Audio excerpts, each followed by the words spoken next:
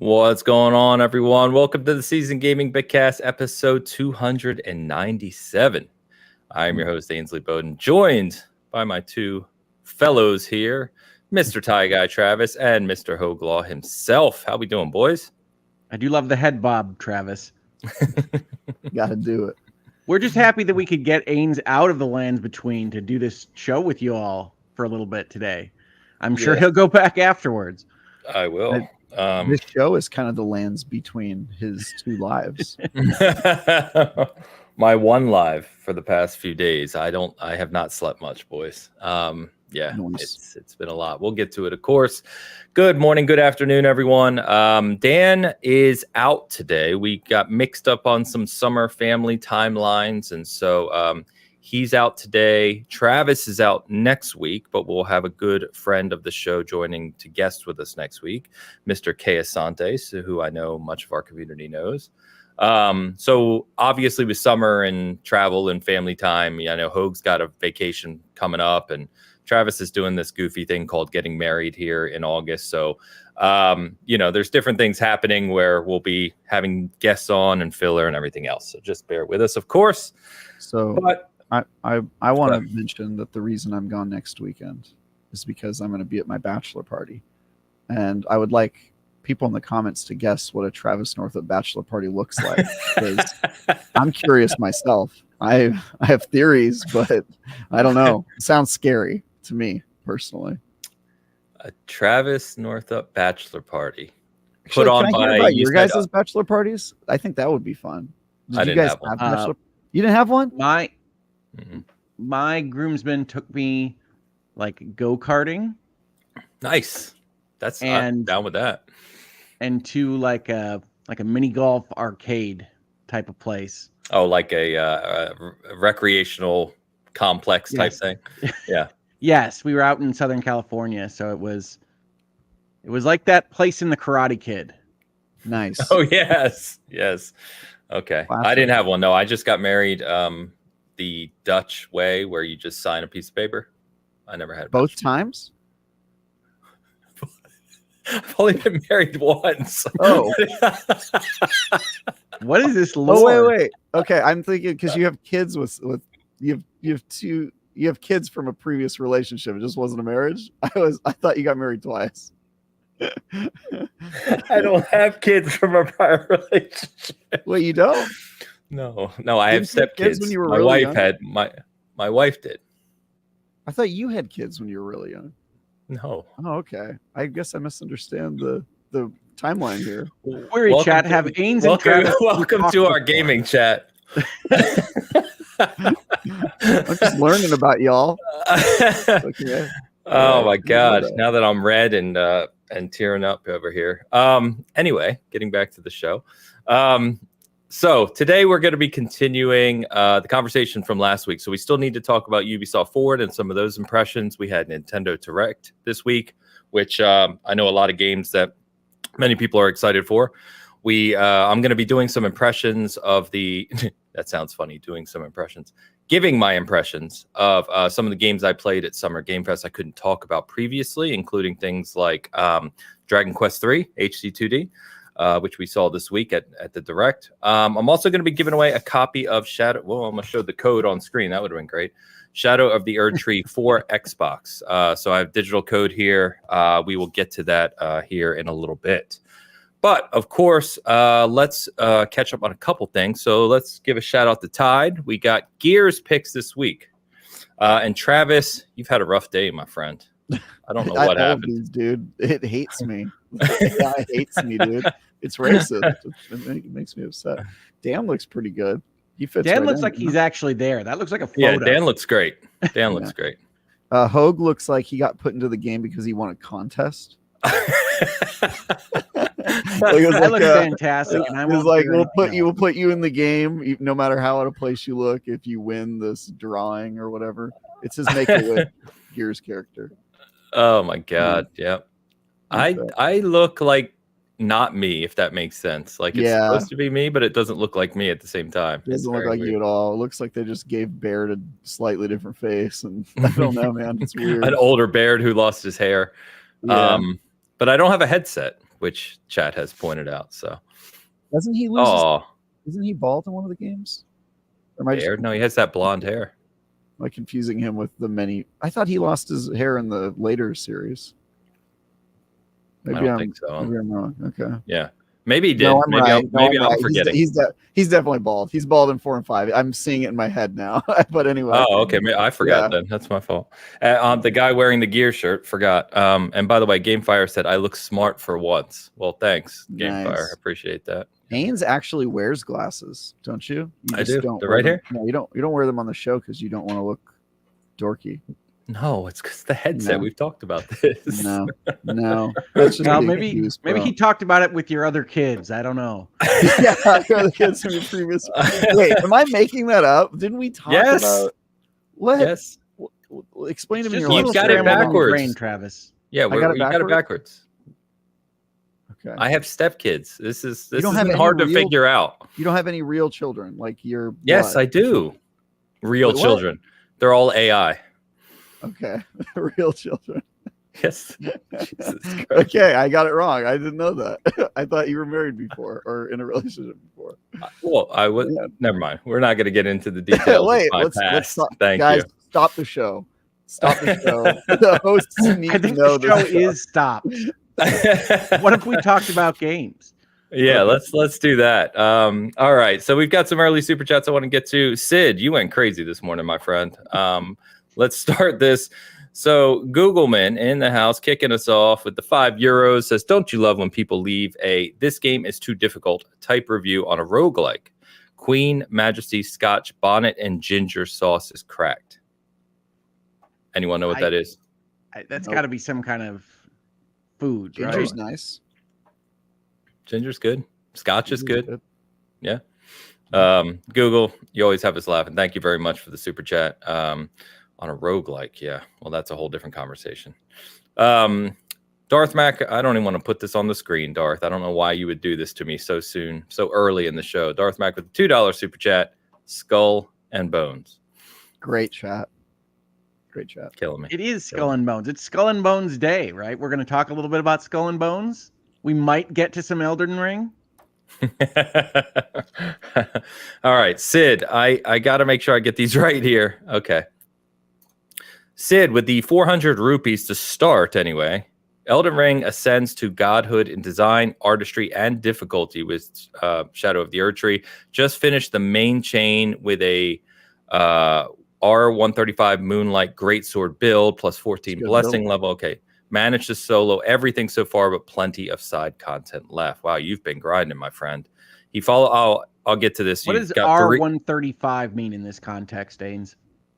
I'm guessing he means he's a level 135 in the game with a Moonlight Greatsword, which is a very well-known.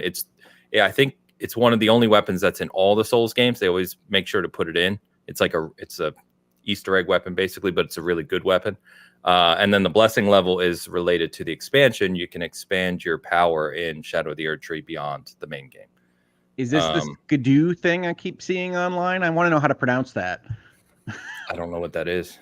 Skidoo tree bits or something like that? Oh, Skadoo tree. Yeah. Thank you. Okay. I figured it wasn't Elden Ring Skidoo, but all I do is see it on my social media. Yeah. There's Skadoo tree blessings or Skadoo tree fragments, which level up your character, and then the blessings level up your ashes, which are the summon things you can do. Anyway, and then Sid follows with, this is probably the strongest. Sorry, Travis, go ahead. I was gonna say, I think that both of those items seem like they're just there to like reverse the fact that everything in the game does way too much damage to you in the DLC area. And yeah, that's an interesting mechanic, but I'm not that far into the expansion yet, so we'll see how it yeah, they're like passive boosts. You don't assign them; they just increase your power passively. Sid follows up with, this is probably the strongest 10 in sheer quality since The Last of Us 2. You had me before you went to Last of Us 2, Sid. Everything is ramped up to more than 11. They went absolutely nuts with the level design. I'm going to talk about that. And moveset nuance, we'll talk about that too. Miyazaki wasn't kidding when he said this will push all the systems in Elden Ring. Lastly, 6,000 rupees, Sid. So very thank you for the generosity this morning. Feels like a new Souls game built on top of Elden Ring. It is very, very savage, as expected, though. Especially the last boss felt a bit overtuned to solo. I almost had to no-hit him, but I'm also missing 6 blessing levels. Bosses do an incredible job of feeling impossible while being largely fair, even for endgame builds. Okay, that's a lot of commentary, Sid, so appreciate that. He just wants to be on the show. Yeah, I should have just had he's got the rupees to do it.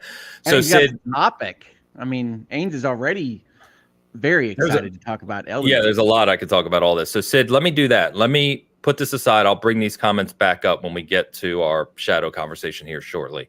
So bear with us just a little bit. Tao, $10 super chat. Can't believe we're in the timeline where all the Versus series will be available, just not on Xbox. I guess Steam it is. Sup, Bitcasters, and I'm going to take you for a ride. Why am I blanking on VS series? This is Marvel vs. Capcom collection that's of course. How did I not get that with I'm going to take you for a ride? Okay. Yeah. Sorry, I haven't slept. The collection looks amazing. I actually still have my original copy of Marvel Capcom 2 for Dreamcast. But those are classic games. But yeah, it's a shame that, again, they're skipping Xbox. I saw someone talk about, and I'm not the expert here, someone talked about games that are made on a certain framework skipping Xbox, it seems like. I don't know if there's a support problem there or something. I'm not sure. But well, I have to live in a world where Capcom puts all of the Ace Attorney games, except for the most recent Ace Attorney games, on Xbox, which is a very odd decision. So I feel your pain, Tao. Feel your pain. Yeah, it's strange sometimes. MT Frameworks, thank you, Tao. Sid, I didn't even realize you sent another one, so sorry, it got out of sync here. I expect casual players to get consistently destroyed for a couple weeks until a decent PvE meta emerges. I've also stopped my father, big Elden Ring fan, but he's 65 plus, from starting it, as I need to craft a decent build playstyle for him to stand a chance here. Okay, yeah, we'll talk about that, Sid, for sure. Oh my God, Sid, I can't keep up. Apologize for spamming, but needed to get this out. Fair enough. Yeah, we will talk about it for sure here shortly. And Debbie W with the member comment, Scotch bonnets are one of the hottest peppers. Oh, okay, I'm in. Hot peppers and ginger sauce. That sounds pretty good, actually. Yeah. That sounds good. Debbie, thank you. All right, thank you all for the generosity. Like I said, Sid, we'll get to your comments here shortly. Oh, let me get that off the screen. That would help, huh? No, I want it. All right. So, good morning, good afternoon, everyone. Now we've gotten through that. So why don't we, before we get to Shadow, because I know we're going to talk a little bit about that, and Hogue just wants to ask us some questions as well. We can touch on the reviews and kind of everything too. I did get a code for Shadow 2 days after embargo. So that's fun.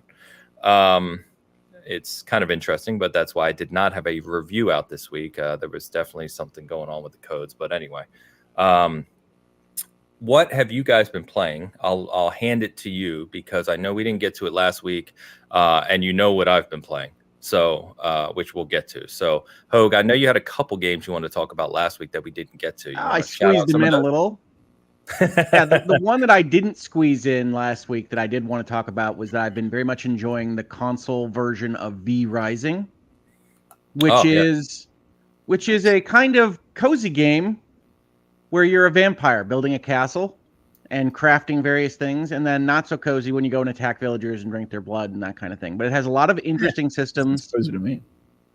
It has a lot of interesting systems around like which blood you drank and the purity of that blood, and having essentially different skill trees that you go up. Whoa, purity of blood? What are we doing here? It's all about the purity of blood.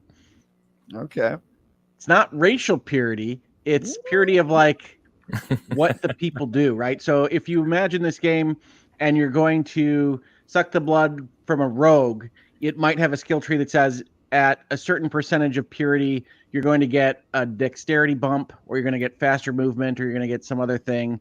And if you instead drink the blood of a brawler, or God forbid, a forest creature, it's going to be a completely different set of perks that you get from going up that purity chain, which I think is interesting for a vampire game, because it's also the way you heal yourself. And when you're in trouble, You may have to just drink whoever's blood is around.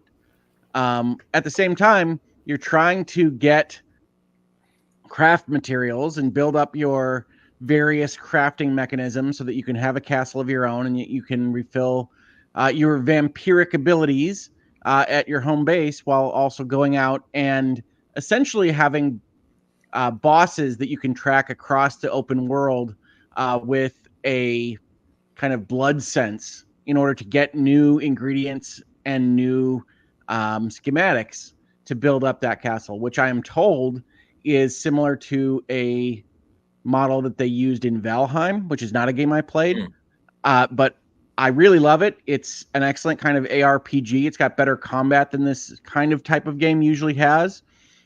And I suspect for those that are interested in this particular type of game, it's going to be very popular. I've really enjoyed it. It has been very kind of driving to go and figure out the next ingredient pathway and the next build up while figuring out exactly how you're going to fight the boss that freezes you with 5 arrows at once, etc. So V Rising is a game I recommend. I enjoy it quite a bit. And the other thing that I've been playing this week, V Rising, I was really playing mostly last week before the show where we had to not talk about what we were playing. I've been playing a game this week on console on Switch called Moonstone Island, which is definitely a cozy game that combines a kind of Stardew Valley, Harvest Moon interaction and dating townspeople mechanic with Pokemon that you collect these various spirits from these procedurally generated islands and try to grow those spirits in power. And they fight with a pixel-based kind of card deck system. So it's got card combat, farming, dating mechanics, all the stuff that cozy gamers like, and it's been very popular in my house, especially with my daughter, who just immediately grabbed onto it. I tweeted out when we got this game on Switch that she was loving it because she loves Pokemon, she loves Stardew Valley, and the combination is really working very well. Nice. So that's Moonstone Island. That one. Say it again, Travis. D's playing that one. Oh, nice. Okay. I've seen a little bit of it. Cool. Very cool. V Rising, quick question for you on V Rising, because I've heard really good things about it, and I've heard, I think I heard you say ARPG. Yes, it's mostly you're interacting with it as a kind of camera up top, Diablo-esque kind of looking game. It's not the same kind of combat, obviously, because it is more focused on collecting things in the forest, but it is a very good combat system for this type of game, right? When I think of these kind of survival crafters, they tend to not have great conflict mechanisms in place, and this one is really quite good. But is there a looting system, or is it more crafting and materials? No, it's no loot. It's just crafting and ingredients. Okay. All right. Cool. Very cool. Ains is immediately uninterested. Yeah, pretty much. Crafting? What's wrong with crafting? There's nothing wrong with crafting. It's not my type of thing. Ains is busy with me tempering and masterworking things in Diablo 4. Yeah. That's crafting. Diablo has crafting in it. Come on. Okay, so again, this is like what we get when we start talking about these various definitions in games. That's a different kind of crafting than what we're talking about with V Rising or Pal World or something. That's more upgrading. That's like you find the loot, then he you doesn't upgrade like survival games, is what you're telling me. Yeah, I'm not a big survival prefer to game have guy. loot drops than to have to build his own loot. Correct. Yeah. That's what I understood it to mean. Yeah, you're 100% Power right. World has both, though. Power World also has loot drops. I haven't played also Power a World. survival game. Oh man, Yeah. you should play it. It's good. Well, technically, the That new pals are a content kind coming. of loot drop. Yeah, and they also, if you kill bosses and stuff, you get loot drops from them, like schematics and stuff that help you. So you essentially get your loot to drop, and then you just have to craft it. And in V Rising, you can eventually like hypnotize and have servant thralls that you can use as part of your castle framework as well. This game is so racial. It's crazy. They are trying to brainwash. I am a purple lady with a magic sword. I am not racial at all. Dude, if you don't see how coded that is, you're just not playing on my level, bro. That's all. I am not. We all know who the level. purple ladies are in our society. We all know. Speaking of looting, though, I will shout out, as I have continued to do Diablo. So really, just before Shadow kind of code came in and I started playing that, we were really nearing, me and the guys I play with were end game. So we're now getting ready to take on the tormented version of the bosses and Uber Lilith and all that stuff. And it's really well done. And then they had a they had a stream this week. We were talking about season 5 already, and the notes for that, I didn't get to watch the stream, but the notes for that and what they're adding already in season 5, which remember will come before the expansion in October. So that's the next two big things coming. Are just crazy. There's so much more that they're adding in terms of both quality of life, but also just pure content for kind of end game, loot chasing. They're adding new loot as well, legendaries and uniques. They're just continually crushing it on that game. And Travis, you talked early on when you spoke with the team about their structure for how their team is set up to deliver content for Diablo 4, and we're just seeing that in action. I mean, they are absolutely crushing it with content delivery. It's constantly great stuff. They've got the best live service team, I think, right now. It's crazy. So good on them. I will definitely just keep going back to that game. I mean, there's no reason not to. It's so fun and so well implemented. So, yeah. Travis, anything you want to shout out before we get to Shadow? Yeah, I can't remember what the last thing I was telling you guys I played, because it's kind of been a while since we talked about games that we played. But I'm still playing Destiny 2. My review is out there, my final review. I don't know if that was true last time we hung out. Yes, but I gave it a 9. Yeah, yes, because Steve gave it a 9 for us as well. Yeah. Okay, we did talk about that. This week I have made my way back to the Sea of Thieves because I am doing IGN's 2024 re-review of Sea of Thieves. It's about time. It's been about 4 years, I think, since we reviewed that game. Because we probably getting a lot of search engine stuff right now too with PlayStation release, I'm sure. Probably that has something to do with it, I'm sure. But yeah, we did if the sales board is any indication on the PlayStation Network. Yeah, we reviewed that game already a second time, I believe in 2020. And so this would be our second re-review. But it's been enough time and enough has changed. And I personally only really played it the first 2 years it was out. I played a ton of it.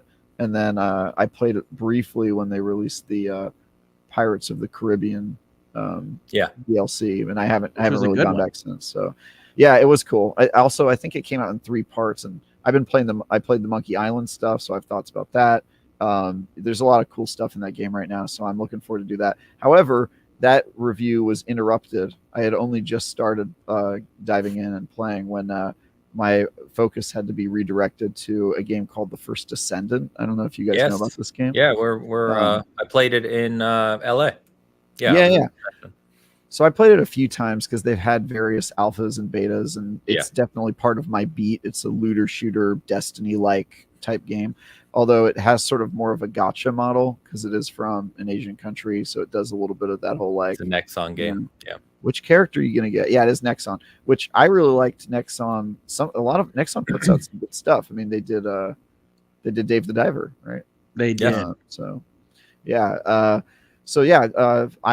played that game in various states over time, and now the final version's coming out at the very beginning of July. I'm currently playing that version. Yeah, I'm playing that version of the game right now, and I will have a review for it probably in progress on July 2nd, and then once the game is out and we're on live servers, then I'll play the rest of it and do my final review. So super busy with those 2 huge multiplayer RPGs that I'm sure are going to take me weeks and weeks to finish. But those are the main things I've been playing.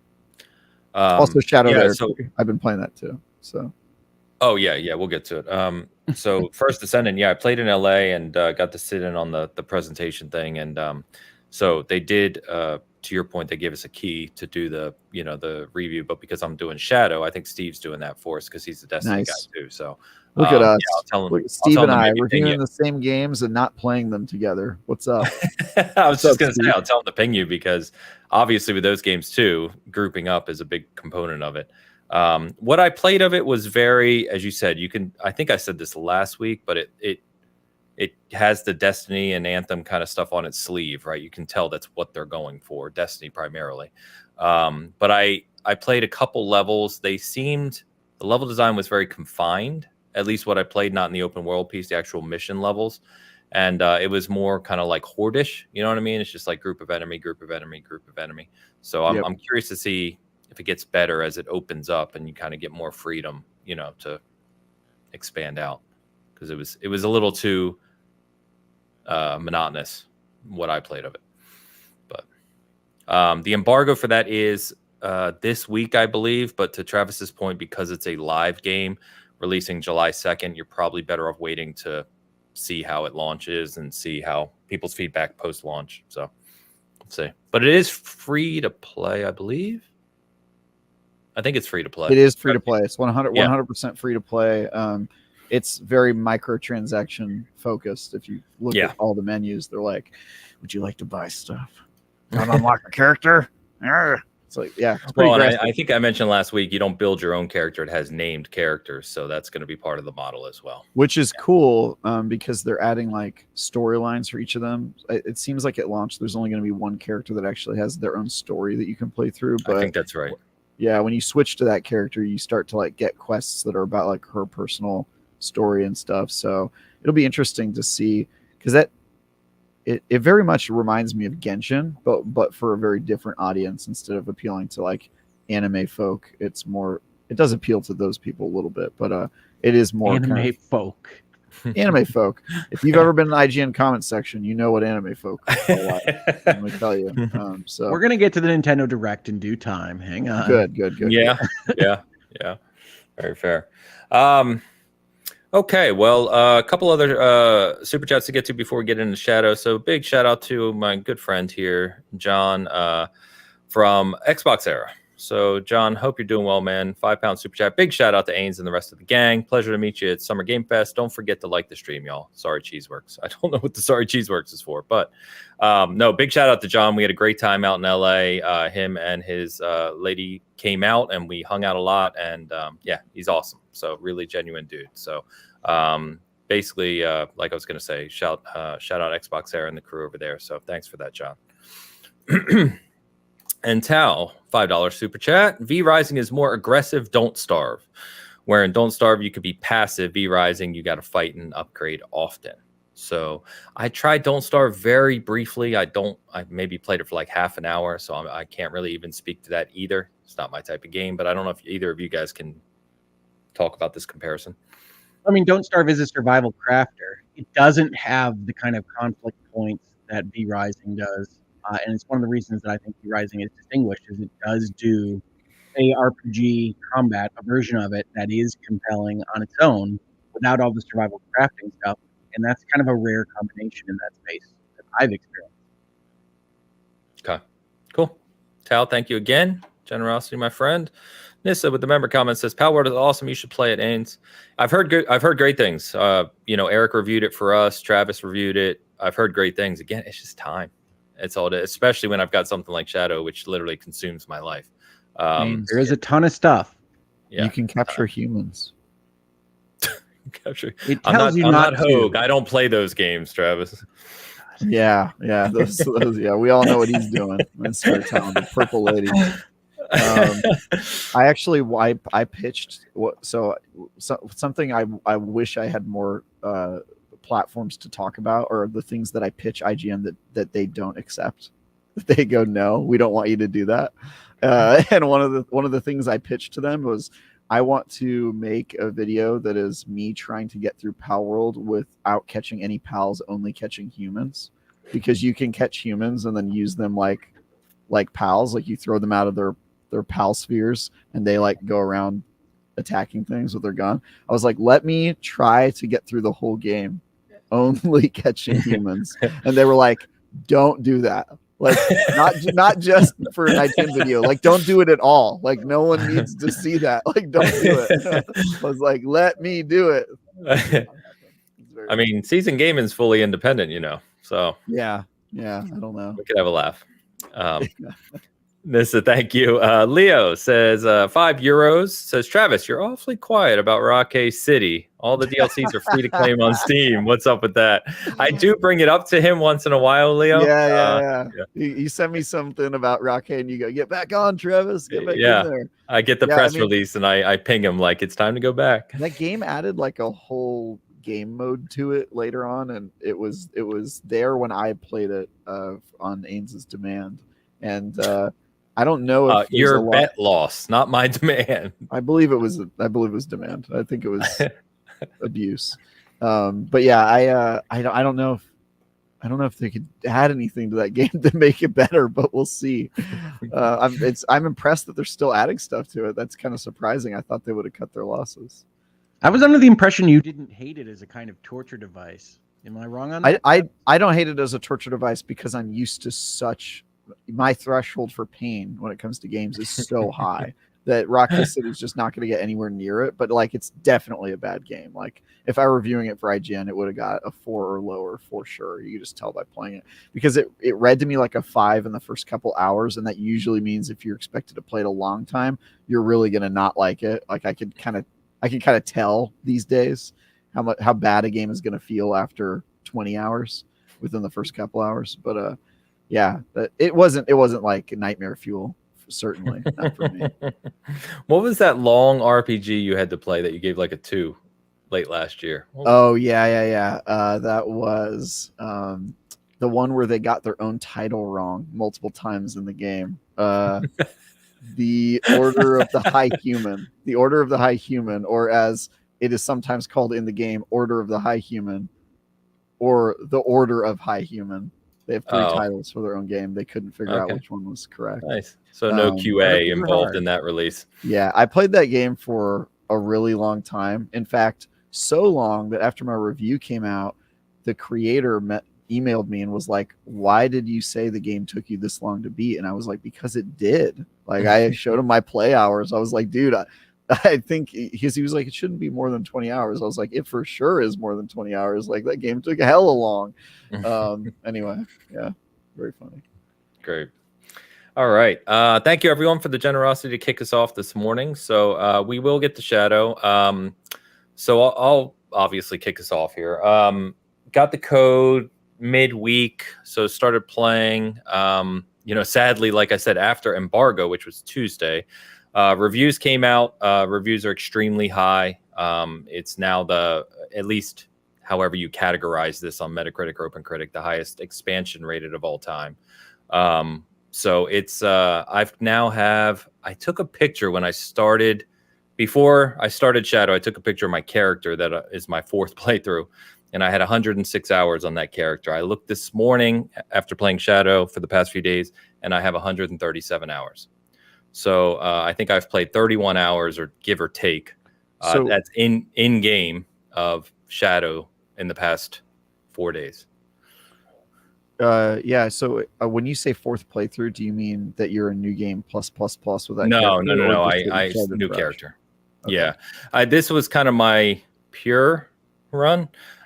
So basically what I want to do is capture everything, right? I've bought every piece of armor. I've done everything I found. I just took my time and just enjoyed the world. I started earlier this year. Yeah. And I did it with the anticipation of Shadow coming in June.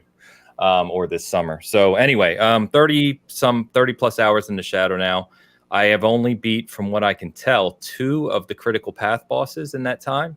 And I think I have less than half the map uncovered. It is extremely large expansion, bigger than most games, obviously. 30 hours, not probably halfway through it. So a couple things, just to go back to some of Sid's comments here. He says, Elden Ring ascends to godhood in design, artistry, and difficulty. So let me start with artistry. And Travis, you probably haven't gotten to some of the areas yet, which are really, because the further I've gotten, the more blown away I'm getting. They basically, cool, yeah, it goes like Elden Ring's already, as you go through all the areas in Elden Ring, there's some absolutely incredible areas, right? This takes it to an entirely new level, especially in terms of like verticality and, like you said, artistry. Some of the areas here, like, I just keep taking screenshots. I am absolutely blown away. And the way they integrate the level design with kind of Dark Souls 3 and or Bloodborne kind of themes, you can tell they're really kind of in their full bag here of FromSoftware. It's easily what I would say now is the best level design they've ever done. Like, it's hands down. I would take issue with the phrasing ascends to godhood, but there's a note in the IGN style guide for reviews that says avoid hyperbole like the plague. So that would be my note for that one. But it is the very note actually avoid hyperbole like the plague. That is what the note says. That's a funny. That's the joke. There's irony in a single sentence. He gets the joke. Yeah, there's actually lots of jokes like that in the style guide that are like, self-referential. Well, Sid's not reviewing it. There's one part that says like, avoid repetition, and then later in the same sentence it says avoid repetition. Something like that. There's lots of jokes.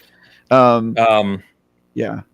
But I will say I've seen some stuff, and already I would agree that like they stepped up their game. I also forgot you could jump in this game. I'm just so not used to that in Souls games, because it's like one of the only ones you can actually do that. So I kept expecting to do the thing in the other Souls games where you have to run and then let go to jump. Yeah. So I kept doing that, and then I was like, oh, you can just jump in this game. In fact, you can double jump. If you're on the horse. Like I said, you said you're a few hours in. And it for those who haven't played it, and I saw this in the demo in LA, right? Like when you go into the expansion, it just opens. It's just like, here you go. And you're free to go wherever you want in the world, which is literally my favorite thing in a game. But yeah, the first few areas are already kind of staggering, but I promise you, when we come back next week or 2 weeks from now, you're not here next week, 2 weeks from now, when you have a lot more time in it, you're going to have more things to say. It gets absolutely wild. So Alex is saying that jumping is kind of essential to some of the bosses. They sort of teach you that in the very first boss, the big fire guy, because like I think that's the first boss in a Souls like that I've played recently where like a specific mechanic you normally don't use, which is like jumping, is it required to beat it? Like that's how you dodge all the attacks, right? You just jump up in the air. As soon as you learn that, the fight is super easy, but I feel like they're trying to teach me something for a later fight. So disclaimer, when Travis refers to a fight as super easy, it may not be interpreted as super easy. that one actually is super easy. Even you said you watched the footage, Hogue, and you were like, that kind of looks easy. It is pretty easy. He has like three footages of people dying and complaining about this fire boss, right? And so I'm looking at it going, I'm not very good at Elden Ring. And believe me, I have tried to pop in a couple of times, most recently to see if I could get anywhere near ready for Shadows of the Erdtree, and I cannot. You wouldn't even be able to beat Moog. Yeah. I'm not. Moog is way far away. Yeah. I'm at the Grifted. Are you kidding me? No, I will say this. I have a pretty hard stop on certain difficulty levels here. As you saw, dragging me through the end of Destiny, the final shape, Travis. I have a lot of my functionality back, but unfortunately, either because of my stroke or because I'm in my 40s, and I lost my skills more than Ains has or Dan has, it is frustrating to want to explore these places and say, nope, that's not going to happen. Can I ask a follow-up question? Sure. You're saying since your stroke and now that you're in your 40s, which implies that at some point you were a sweaty gamer. What? I was definitely better. No, I was never. I was never. What game do you think you were best at? Like where you were like in your zone? Like I want to know what game you were just like putting on the goggles, going like, yeah, yeah. I want to know that, Hogue.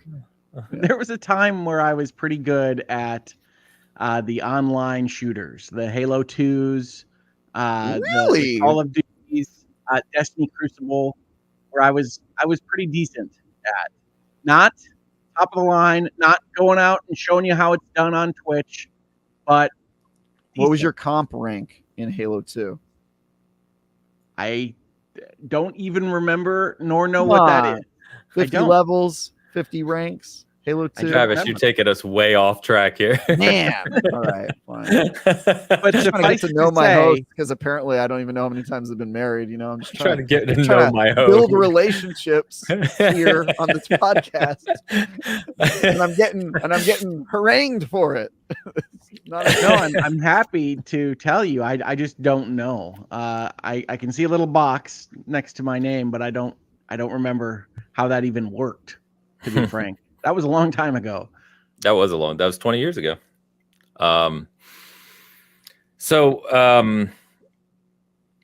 Yes, let me get back to where was I here? So there are one thing I really like about what they've done in the expansion too is you meet quite a few NPCs pretty early, and their stories are more cojoined into the story of the expansion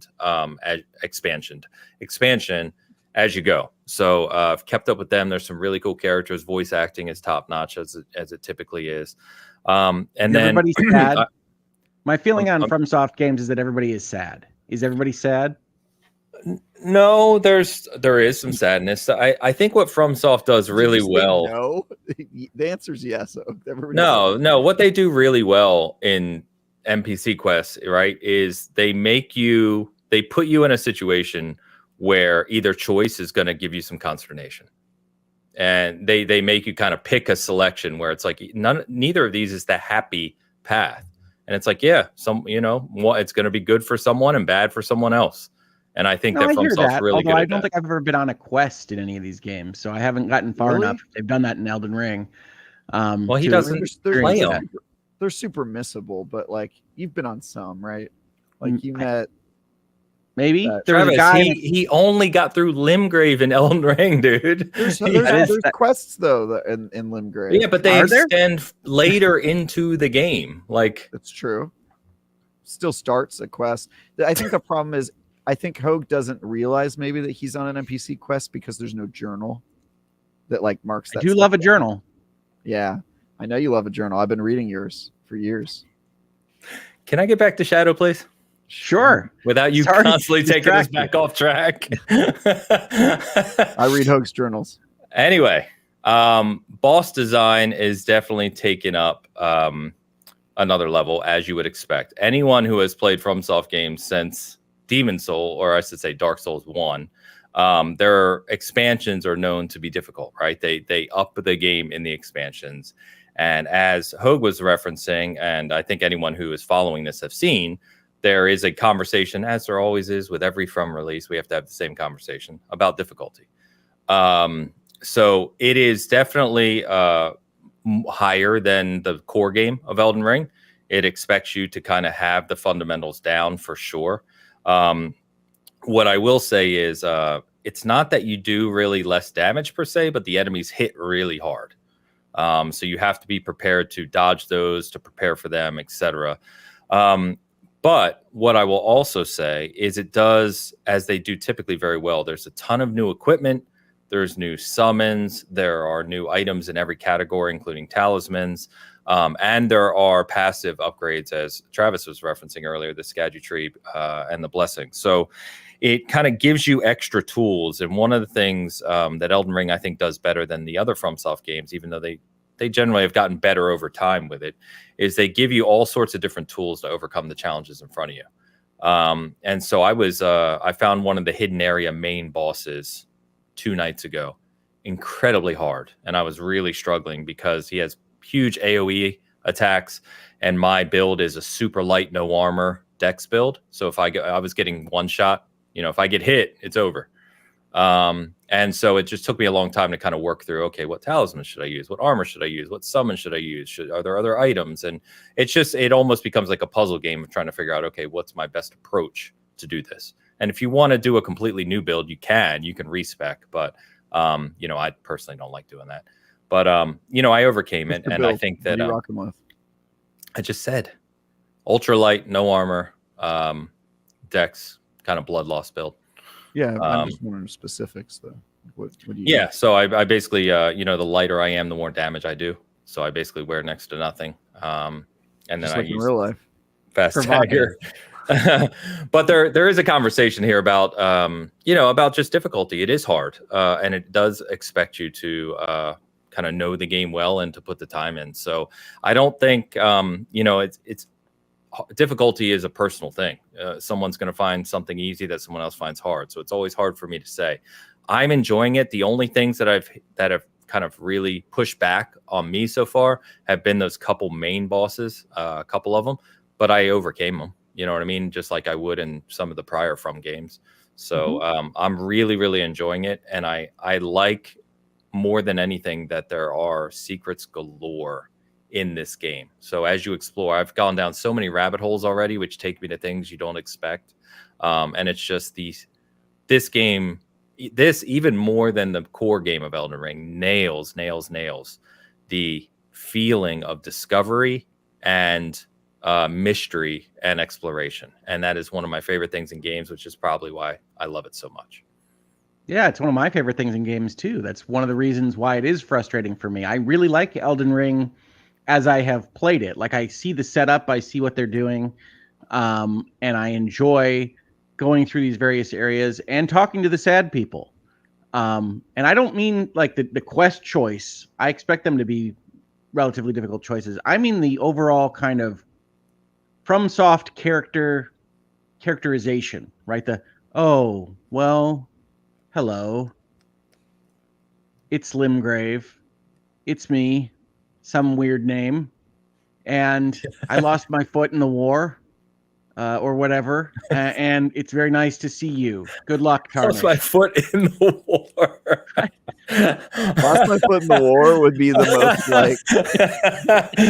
It's like that's way too normal for him. Yeah, it wouldn't be in the war. It would be some specific noun referencing the war. I was seared. And seared has a capital S, and you're like, what does that mean? Yeah, that's Souls like. Yes, in the conflict, capital C, yeah. Exactly. But I enjoy that experience, and I'm just not good enough. There's a hard ceiling I can feel on my dexterity of getting around. Sorry. Why is that so funny? Nothing. He heard something else. Please carry on. On my dexterity and fumbling around the controller and dying to everything is not enjoyable to me. Of course. Right? Yeah. And so I need to feel like there's a little bit of forward progress. And unfortunately, I'm not close enough to that threshold personally for that to be fun. And so this is the conversation we had very briefly, Ains, on Twitter earlier this week, which is to say, I think that reviewers can play a game and say, this isn't tuned in what I consider to be a fair or fun way. And that's where you disagree. And you say people need to know what they're getting into with the FromSoft game. And all I said in response to that was that I have to believe that even FromSoft could get the difficulty balance wrong, or that somebody could perceive it as wrong. And so I just am surprised that I'm seeing some of those complaints from some reviewers, but very infrequently, and some from like Steam reviewers, that the difficulty is unfair or something along those lines. And I know that you disagree with that, Ains, but I'm surprised that it didn't filter through even a little bit more, that wound up with this DLC being the highest rated expansion of all time, right? Like, my favorite DLC is Moon Crash. That's not even in the conversation. But I love Moon Crash too. Yeah. No, I think that I think, and I've said this before, and this is just me personally, of course, I think where I take issue, right, is I don't think there's any problem with someone calling out a difficulty on a game or saying it's too difficult for them. Obviously, there are plenty of games. There's probably 100 games that released on Steam this week, like 2D platformers, that are probably too difficult for 90% of people. But I think fair, that word, is where I get annoyed, because as I've pointed out before, if you say the game's not fair, you're saying that it's unfair. And unfair would mean that there's some design of the game that prohibits you from progression, right? Well, maybe prohibits, but like, let's go back to the Nintendo days for just a second, right? There used to be a thing where you'd get shot from off screen. Yep. Right. And a lot of people reviewed that as unfair. But technically, if we're using the same kind of rubric as we do for most FromSoft games, you could memorize where those shots are likely to come from. And you could be getting good even with that design. And I think there's a difference between how we used to treat that kind of thing then and how we treat it now, where mostly reviewers that enjoy this, and I'm glad that they do, I like to like games, say, well, they might look unfair, but you can figure out how to do this and this and this and beat that, and then that makes it worthwhile, is a different conversation than it used to be. And I think that I just noted the that. game That's all I designs said. are better, I think. Like, dying in one of those 2D games, you used to have to restart the level over. It was like actually bullshit. In this game, you know, you getting killed by a boss 10 times is kind of expected part of the gameplay loop before you like learn how to fight it, and it feels better because you're not wasting as much time. Like one of the things I forgot Elden Ring does is like always puts a site of grace or one of those little statues Or right in front of the boss door. Yeah, Yeah. so you don't have to go and backtrack, and that is like, I forgot that was in this game because there's so many Souls likes I play, and you were gonna say because I'm just that good. I very rarely die.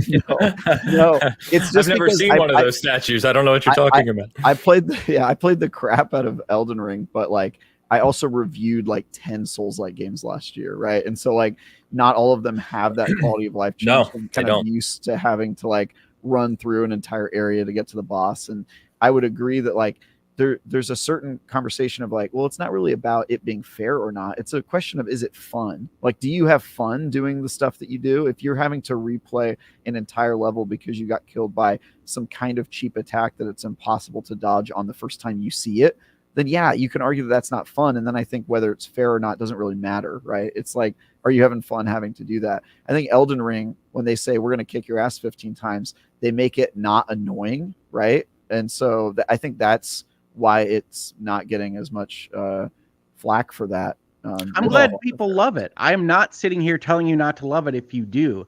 I am personally surprised that there aren't more in the review class that get to dying 15 times and say that this isn't fun. Yeah. I think that's because it goes back to, I think I've started this conversation with, I think, someone that follows you or me or someone on Twitter, but he kind of went off the rails. I was just done with him. That's Twitter.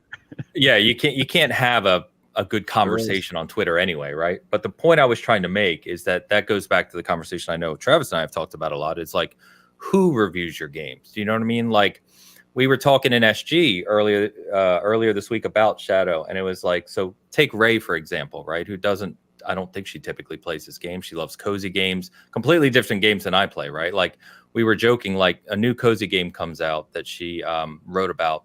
I'm not reviewing that game. I don't know anything about those games. I don't know the mechanics. I don't know what's expected. It doesn't vibe with me. There's my word. All those things, right? So I'm not going to review that game. That's my mentality around it. Just like I think with this expansion being the follow-up to such a highly acclaimed title and beloved title, right? And us knowing that we've been waiting for it for a long time, the people who reviewed this generally, I think on a large scale for all the major outlets, the critical places, right, are people that want to be in Shadow of the Erdtree. Do you know what I mean? They're people that enjoy these games. They're people that are looking forward to it. And so they kind of have, that goes back to what I was saying about expectation. When you go, if you have any knowledge of From games or any love for them or have played through them, you have an idea of what to expect going into Shadow of the Erdtree. I expected that first enemy to hit me and for it to hurt. I knew that was going to happen. Like that should be the expectation. And I think that's where like who's the one reviewer that gave it like a 6? Is it PC Gamer? Eurogamer. Eurogamer gave it 3 out of 5. Yeah, and talked about the difficulty, which is the example. And it's like, yeah, I mean, that's okay. And that there's nothing wrong with that review. That person is free to have that opinion. But it's obviously an outlier. And I think that's because most of the people kind of knew what to expect. Maybe it just took that person off guard for whatever reason. Yeah. You know what I mean? It's also, I mean, there's, some people who, to your point, Ains, outlets are choosing their reviewers the best they can. They're saying, who do we think would be the best person to review this, and is part of that community. So like, for example, IGN's reviewer for Shadow of the Erdtree, Mitchell Saltzman, is like high skill, loves Souls likes, has no problem with games that kill you. Like he reviews fighting games for you guys because he knows fighting games, right? He's a fighting game dude. He's good at those games. He competes with those games. So like so he knows what he's talking about. Yeah. So that's pretty easy with those. And I think that the average Steam reviewer is not Mitchell Saltzman. And I think that's the difference. Like, that's why I think it's more mixed on, I think it actually is mixed now on Steam, is it not? Yeah. Which is, they're complaining a little bit about PC performance along with difficulty issues. So I think it kind of gets swamped. Yeah. That there are. I haven't played on PC yet. PC. Yeah, I don't know that they were. No, I'm playing on Xbox and it's been fine. I will say too, I think that, Elden Ring is the first, I won't say the first, but it's definitely the most From game that has broken through the zeitgeist, right? Like it's more mainstream than ever before. And I think that you've got a whole bunch of new audience members, right, for this game that are excited to play more of it. Maybe not with the expectation that Shadow's going to come in and wake you up. And so you're probably seeing some of that residual effect too. So I think there's a lot of that. I want to quickly shout out Bomber, who's in the chat here, my good buddy who I game with all the time. He has tried Souls games multiple times. He's one of those where he even tried Elden Ring previously and gets frustrated and has quit. And he's been in our party the past 4 nights. We've been in a party chat, all playing Shadow, but just talking. And he got back to the core game of Elden Ring, and he's made quite a bit of progression. And it's really, really cool to see how excited he's gotten. Like, you know, I had a comment, I can't find it, but how excited he's gotten. And I think that's happened with a lot of people with Elden Ring. That's why there's so many copies sold, so many people playing it. It just I think open world FromSoft is a great idea. I think Elden Ring is connected with a lot of people, and I am glad that this expansion has worked for folks like you, Ains, and I presume eventually for like folks like you, Travis, because that's who they should be selling it to, not to me, honestly. But I do look at it and say there's a lot of art and interesting things that are going into Elden Ring and an expansion to Elden Ring that I unfortunately am unlikely to ever see. And I backed down from Elden Ring and took up again with Ghost of Tsushima as just a sword open world adventure, and I've been enjoying myself more because I love that game. And I have never actually played the like extra island that they added to the director's cut. So okay. I'll get there, and that's me making do with what I can handle. Why don't you just play Elden Ring in multiplayer?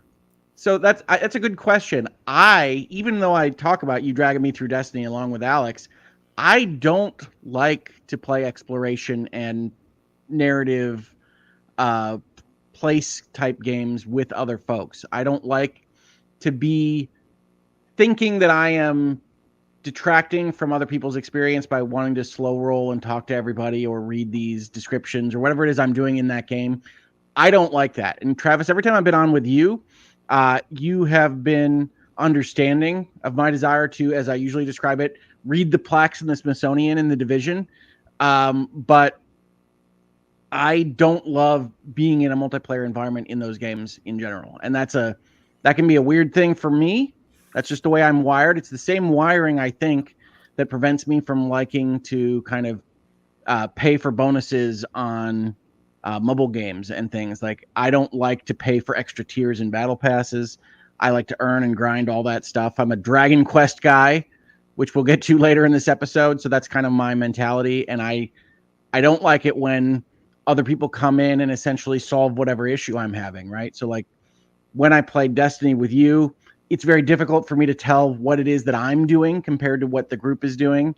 And that just takes away a little bit of my satisfaction from progressing past an obstacle. It was the same. I actually was playing Diablo 4 with my brother this weekend, and we had a good time. Like, it was fun, but you lose track of what you're doing other than not dying in a way that I don't like as much as progressing through that game myself.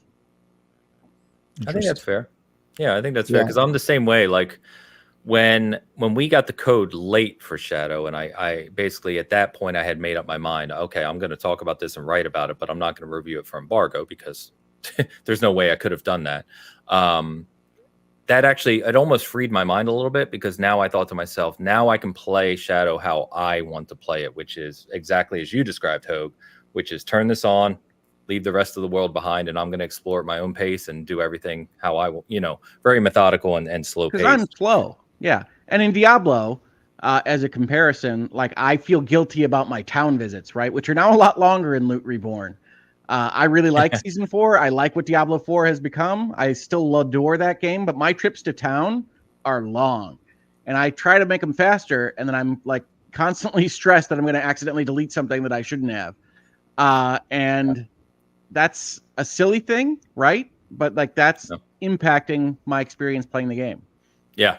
Yeah. Well, I think you should give multiplayer a try. If you have like, so I took my buddy Kevin, who's not a Souls-like guy at all, but he really wanted to play Elden Ring. And then later my fiance Dee through Elden Ring. And those were super enjoyable for me because it was like, I get to see them play it the first time and their unique experiences, and I'm basically just like hanging back and helping them kill and distract enemies and like healing and doing, because I have like a night build with a bunch of like support spells, and so I'm kind of just like enabling them to do it and then watching their journey unfold, and that was super enjoyable for me. And they also had a good time because I wasn't like holding their hand or killing everything for them or not letting them see enemies because I was in the next room killing it before they got there or whatever. So I think if you find the right person, playing multiplayer can be super fun, and it would also have the advantage of letting you actually see more of the game. So it's just a different experience, but it can still be fun for sure. It is fun, yeah. And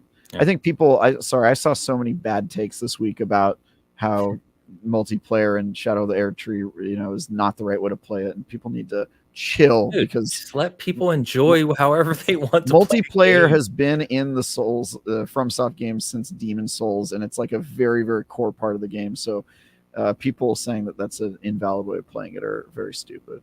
As is PvP. I mean, which is a whole nother thing we never talk about here. But I love PvP in those games, although they have rubber band issues. Really bothers me.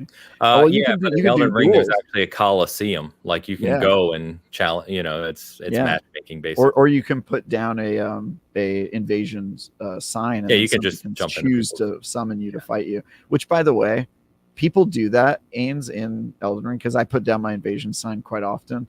They'll summon you when they have 3 people in their party, and then they'll just destroy you. And I'm like, what? Why would you do that? It's clearly for duels. Like, why are you just summoning me and then griefing me with 3v1? That's crazy. Like, it's nuts. Well, because they're trolls. Yeah, but it's like, dude, that's clearly for. I'm like asking you to 1v1 me, and you're like, I'm gonna just farm you. Like, what? Like, come on, dude. Although I will say it is very satisfying when you kill those groups, because usually those groups, they'll send the summons after you, and if you can get away from them and sneak back to the main guy, you can kill him before. Like, they don't do a very good job of the finger. Yeah. What are they? Finger boy. Furled fingers. They're all fingers, right? But no, what's it called? The host is called like a host of fingers. Host of fingers, yeah. I forgot how obsessed with fingers this game is, by the way. I've been playing a lot of hand and finger games. Final Shape is all about hands and fingers. Like, all the bosses are like hands that come after you. You do gang signs and they do spells. I want to get back to Sid's comment real quick here. He says, the final sentence here from Sid, bosses do an incredible job of feeling impossible while being largely fair, even for an end game build.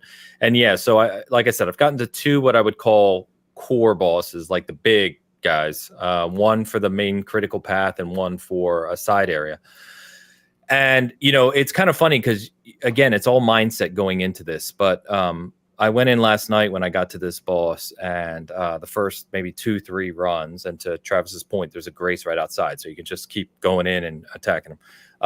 And I was just like, my eyes were wide at what was occurring on the screen in front of me, like his attack set. You know what I mean? There's just so many different attacks at different speeds and timing.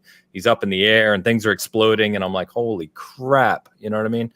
And it just took, it's amazing. You just make little progress by little. Okay, this moves this frame and this. Okay, I got to pause here and roll here. And, it's like I said, it almost becomes like a puzzle game of when to do what and trying to figure these bosses out. And like I said, I think I beat him at like 2:15 a.m. And it was just awesome. But it's just a spectacle, some of these bosses. I can't wait to see the rest of them.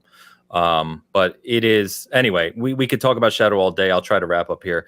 So far, 31 hours. I have a lot to go, but I already knew I was going to love it. I mean, that goes without saying, right? I just love Elden Ring, but this definitely ups the game of the core game of Elden Ring even further. And I'm really, really excited to not only continue in this, but to, if this is Miyazaki, if you didn't see his quote earlier this week, he said, I still haven't crafted my perfect fantasy game yet. He goes, with Elden Ring, we're starting to get close.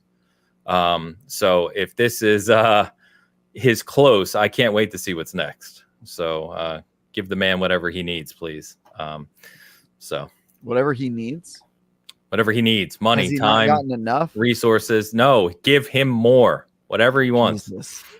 The greed of man. soon we will. Actually, it's Miyazaki's pretty much the opposite. He's like the most down to earth, humble. He came out talking about the companies letting people go, and you saw that this week too, I'm sure. Yeah. So, man, go ahead. I'm really sincerely glad.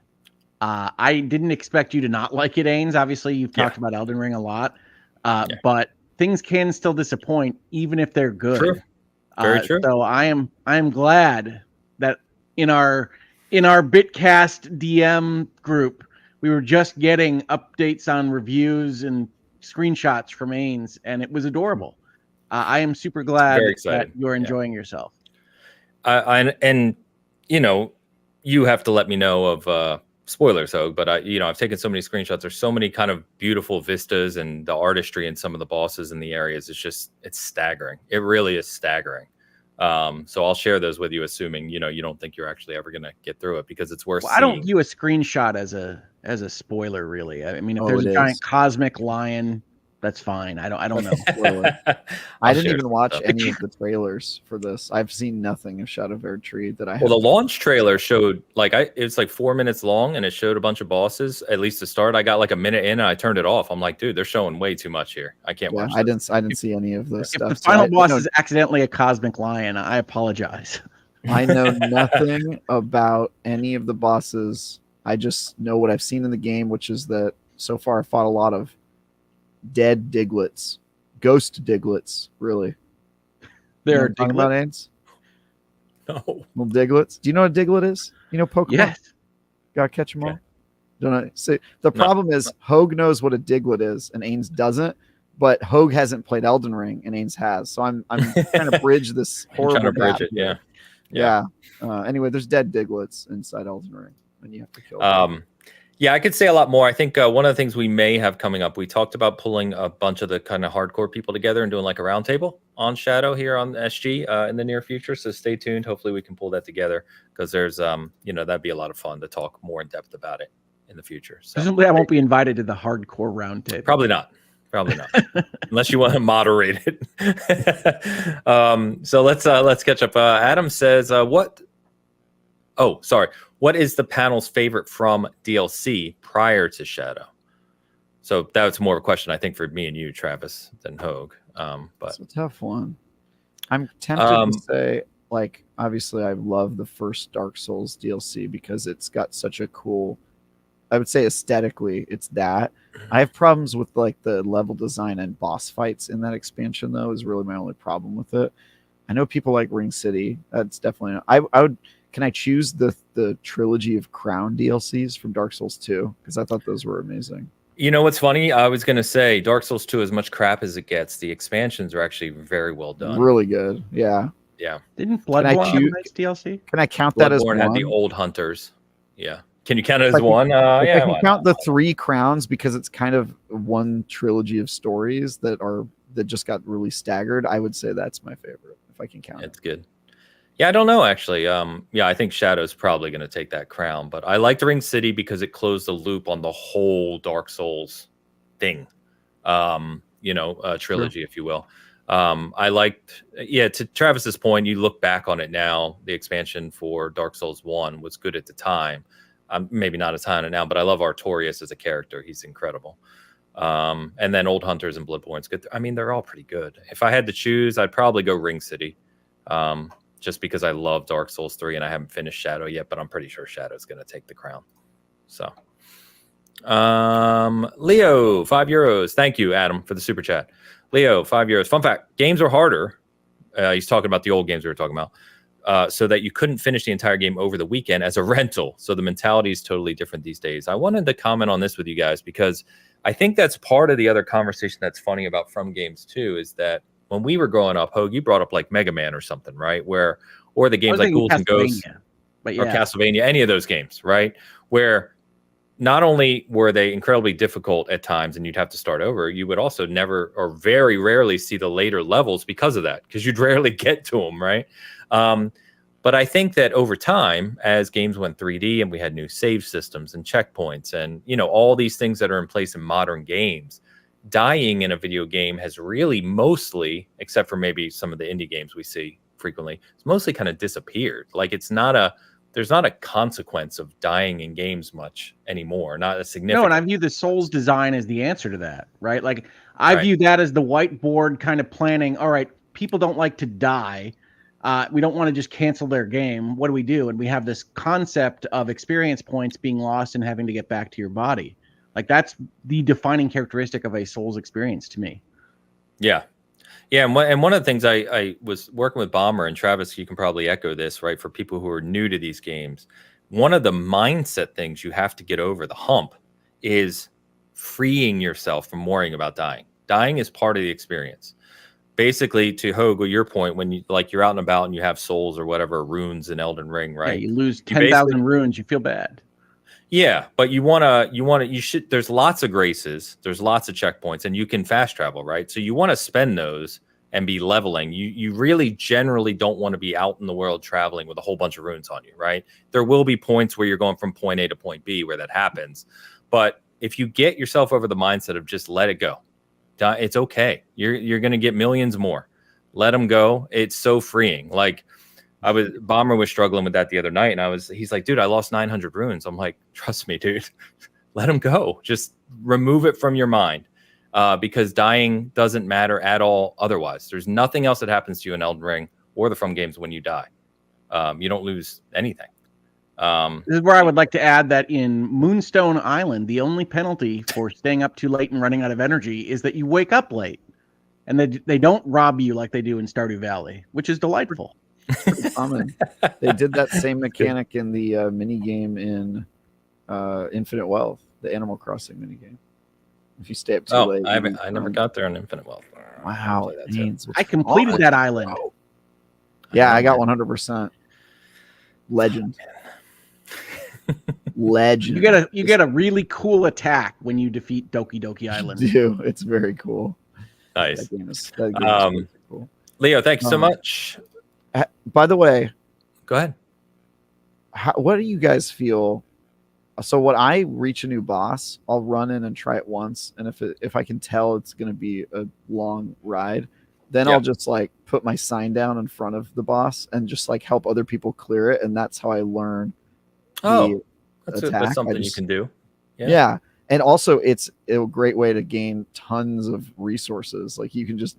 If you help somebody with a boss like 3 times, you'll have like hundreds of thousands of runes, and then you can level up a bunch. So I just have a rule. I do walk around with tons of runes because I like the risk. I like the let's see how many I can get. Doesn't surprise me at all.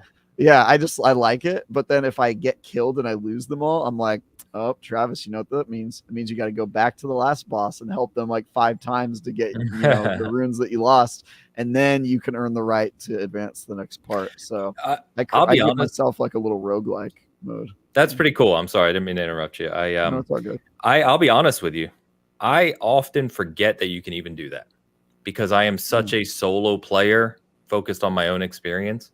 I run headfirst into the boss over and over again until I figure them out myself. But that's a really good idea and another option for people, to your point, where you're not risking anything. You're just helping others figure it out. You don't risk anything. You get to help the people who do like multiplayer. Because when I beat the boss, I like to do it solo, but I like to learn the boss by helping other people because it's profitable to help other people, and you're helping people who do want to play in multiplayer. And I like seeing their builds and watching them jump around. And also the bosses act differently. They have more health. They do more damage, and your health bars are shorter when you're helping somebody. So it also builds like discipline of like, maybe you can't get hit twice when you're playing with friends because your health bar is so much shorter. So I think it's helpful for people like myself who like fighting bosses solo on my account, but really enjoys like helping other people in multiplayer.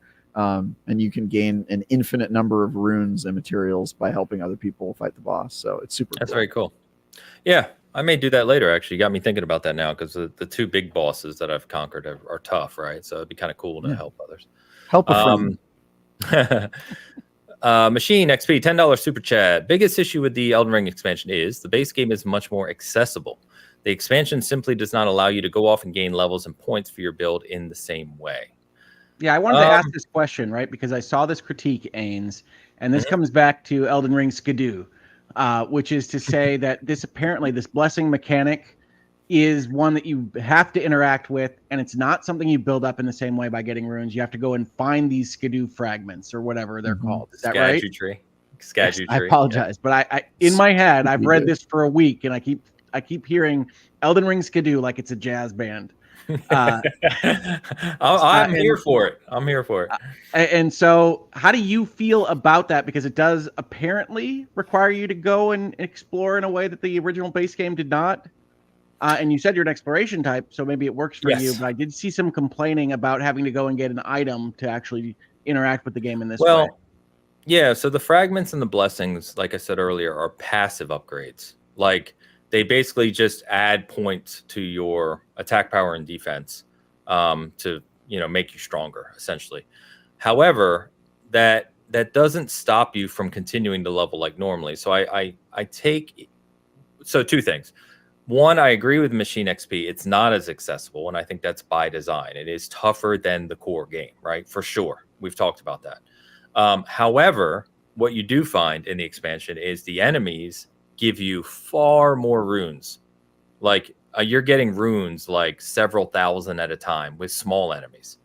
And so you do have the ability to do, kind of farming, if you will, of certain locations. Like there was one enemy I was fighting yesterday. Is right next to a grace, so you can spawn, kill him, right? He's worth 9,000 runes.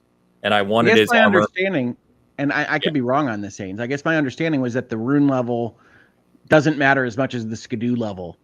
I would say that's true from what I've seen. I don't know why. I mean, obviously your rune level matters at a base, but I think the point is that everybody's rune level who is getting to this expansion is probably fine. Like you probably don't need to level up your rune level a ton. In fact, some Souls-like players insist that that's a bad idea to keep leveling, right? Because they've had issues in the past with like getting knocked out of invisible multiplayer brackets and stuff like that that are based on level that I can't remember if they were in Elden Ring or not. But like, I probably won't level my character up much more than I'm at right now. I'll just use the skidoos, right? Like, have you been leveling your character? Of course. Yeah, I don't know. I'm kind of confused by this conversation. How high do you go? Like, you never just stop leveling your character? I was like 142 or something when I started it. I'm almost 170 now. Oh, interesting. I usually just get to 150 and stop, and maybe that's an old habit from like, the other Souls games where like if you leveled up too much, you wouldn't be able to people wouldn't be able to see your sign because you were higher level than them, so you had to like try to stay. There were some weird mechanics there, but there were again, I'm a solo guy. I don't think about that stuff. I'm getting stronger, and I want to use more weapons, because the other thing they've added right in this expansion are the first weapons I remember anyway, where there's like it scales with like 4 different abilities. So you can have like intelligence, faith, dex, strength, it scales with all 4. And obviously leveling several of your attributes to a decent level to be able to use everything is kind of tough. So yeah, so Siddharth confirmed that it does have weird scaling things. So like I think my character is like 145 or something like that, and I probably won't level up because then I can't engage in PvP. It won't let me, like, other people won't be able to see my sign because I'm too high level. And so for me, it's going to be like all skidoos. And I do think that there is a legit criticism in those upgradables because they kind of seem like a really artificial way to like scale the enemies unfairly and then bring it back down to what it should be by you exploring, which is cool that it encourages exploration, but it means that you can run into encounters where like it's sort of balanced in a weird way, and then you have to go and find these things to make it so that you can get hit more than once, right, in an encounter, and then that gives you like way more leeway to succeed, which I think is interesting. And then also about accessibility, it's not just about accessibility for skill. Like when I logged on, I was on an account. I'm on New Game Plus, and I've cleared every boss in New Game Plus, but I had to like remember where the heck the secret Moog world was, which by the way is like an optional area and an optional boss that you have to like find and then do a specific thing to get teleported to the new world. And so there's like so many barriers. Like even as somebody who played a bunch of this game, I was like, I think it took me like 2 or 3 hours to like get to the expansion because I was just like wandering around going like, where was that guy? I know this is a Moog expansion, but I don't remember where that dude was, and I had to run around looking for it before I found it. So I think that there's a lot of they just keep putting barriers up, and maybe that's by design to make it hard to even get into the expansion because they want to make sure that you're ready for it. But it is kind of irksome. There's a lot of stuff like that about Souls-like games that they just intentionally make it a little obtuse, and some of that is cool, and some of it is just annoying, I think. I actually had a question about that, Travis. I think that's fair. By osmosis, I know that you have to go kill Moog, and that's how you get into the expansion and IGN articles. But is there an interface when you get the DLC in Elden Ring that says that it starts over here somewhere and you have to go in this general direction to get to the DLC, or no? Because one of the things I like about what Diablo 4 added with their summon bosses is that basically whenever you highlight an altar that you need or a material that you need, it does tell you have to go get this other material. Now, sometimes when you go to try to get that material, it says you have to go to get this other one and you're down six steps on the chain. But it does generally direct you as to how they built this thing. Yeah, this game, I would say, if you don't have outside knowledge, you are not going to know where to even start the expansion. It doesn't direct you to it in any way. Like, there's no journal, right? So if you were playing Elden Ring from scratch and you did not look anything up, which is the way I prefer to play, you would have to get and happen to find this additional area, kill a boss, and then do something to even get to the expansion. And so that's sort of a barrier on its own, is like, you might, if you bought the expansion and the game today and you started playing, you might never see the expansion, or you might not know that you missed the expansion. You would have to look online and then find out, like, oh, or you just have to get lucky and find it, which, like, I found the Moog area on accident and I thought it was a part of the main quest. And then when I beat it and found out it was a dead end, I was like, this was all just some random stuff. What the hell? Right. But that's also just, that's Souls-like, right? A lot of, especially Elden Ring, since it's open world, a lot of like dead ends that are just fun. You're right. I mean, that is a dead end in terms of the game world where in the base game, but saying it's random stuff is not really correct either. It's a huge part of the main story. Isn't it? You can miss it though, right? Like, absolutely. Yeah. That's my point, is that it's not like mainline. It's like a thing that you can accidentally kind of like come upon and then go through it, and then you get through like this really epic area and one of the toughest boss fights in the game for my money. And then when you get to the end of it, you're just like, oh, what? This wasn't even. I did this for no reason, right? Or just for the hell of it. And I would say that she says it's kind of random. It is kind of random, and the fact that I don't know what you mean by random. Like the fact that you can miss it, and that it's a very specific way that you get to this area, and a thing that you can totally miss if you don't. But isn't that true of any hidden area in any game ever? Yeah, but it's gating a major expansion. That's my point. Oh, yeah, that's fair. You have to find that specific thing and do this specific side area just to access the thing you bought. And if you're playing Elden Ring and you didn't find that thing, you didn't even know this was part of the game, that's a weird barrier to add to your game. Fair. And it almost requires you to go online and like look up, how do I even get to this? And then, oh, well, I have to go fight Moog. Well, who the hell is Moog and how do I get there? Right. Yeah. And that's just like, it's kind of a layer on top of a layer. Agree. That's fair. Obtuseness. That's my point. Wasn't my text before Shadow of the Erdtree came out, I sent you, Ains, the IGN article that says players have to kill Moog, and I think my text message was, I have to kill who? Yeah. I think it's kind of funny, right? Because I agree with you. I really do. Like, it is random. And if you're a casual player who isn't in the community, you're not on Twitter, you're not on the FromSoft community, whatever it may be, you may buy this expansion and be like, where the hell is it? You know what I mean? Like, what do I do now? So I agree with you 100%. And then the other part of my mind, because I am deep into this stuff, is it's cool that there's a developer who plays to their core fans in that way. Do you know what I mean? And they build upon those layers of lore and storytelling and everything for those people to enjoy. But I do agree with you that it is obtuse in ways. I get it. It's just that I don't like looking things up at all. Like, I didn't watch any of the trailers, but I got lucky that you guys were chatting about Moog in our DM chat, because otherwise I would have had no idea how to start the expansion. And I'm a veteran, right? And then even when I knew I had to kill Moog, it took me like 2 hours to find where that area was, because the map's so damn big and I haven't played in a couple years, right? Or since the funny thing is, it's still easier to get to than the Dark Souls 1 expansion. That thing was wild. It is. That you have to do like a secret to get to the Dark Souls 1. You know how I found out about, because I also didn't look up anything in Dark Souls 1. I found out about the Dark Souls, the secret area, because I was playing with a friend and I stumbled. It's so crazy, the stories that come out of this weirdness. I think it's cool that it's added in a specific place and it's not just a menu option. I think that's neat.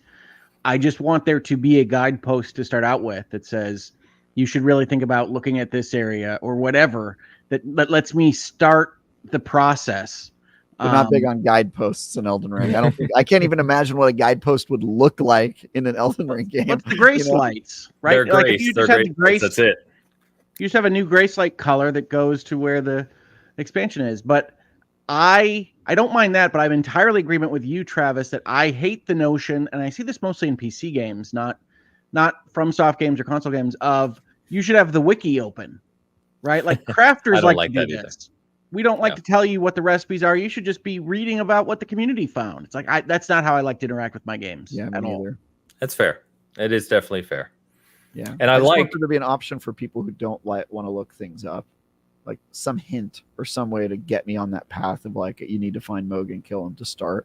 I think that is legit missing from the game, because I don't want to have to rely on like your DMs or an IGN guide of like how to start the Elden Ring DLC. Yeah, that's fair. And in all seriousness, I like that the three of us can have a normal conversation about this without the craziness that you see in some of these conversations. So to continue real quick, just to close this out on what Machine XP was saying, him and Sid were going back in comments, and Machine $5 Super Chat said, my understanding was that your defense essentially barely increases throughout the game. I could be mistaken. And I believe Sid updated, because Sid has gone through the whole expansion, and said you will get around 70% absorption for every damage type by the end. It definitely increases. So that's huge. Yeah, and it goes back to, I think, what you said and what others have said is the game. There's two things it does with the expansion, and we keep talking about it. We're trying to move on, I promise. Two things it does is, and let me move to Sid's other super chat here for 200 rupees. Ironically, I think that's the exact reason why Shadow of the Erdtree is harder in a specific way. It's not feasible to blast through these bosses with an OP build on launch, which was definitely their intention. And he's right. They basically set it up to where the expansion, to a degree, in various degrees, kind of scales with whatever you go into it with, right? So they didn't want someone to go in with whatever is the meta build and just blow through it and kill every boss in one shot, right? It's made so you can't do that. And the other thing, to your earlier point, Travis, which I think we both said, is it encourages you to explore. It wants you to find new items. It wants you to kill lots of things, to level up more, to find the skidoo. I'm going to call them skidoo now. Hell with it. To find the skidoos, all those things. So I think those are definitely design intentions. Whether or not you personally agree with them is a whole nother conversation, but those were definitely design intentions. Yeah. So cool. Yes, thank you, Sid, for your generosity and commentary today. Thank you, Machine XP. And one more super chat from DS, £2. Hogue doesn't have the mindset of the Elden Lord. Get it together. I mean, that sounds like a compliment, because if you have the mindset of the Elden Lord, if you know the lore of the game, I don't think that is good. That's probably true. Yeah, that's probably true. DS, thank you very much. So we will move on. Go ahead, Hogue. I don't know the lore. All I was going to say is that sometimes the body does fail, even if the mind is willing. I would love to explore more of Elden Ring.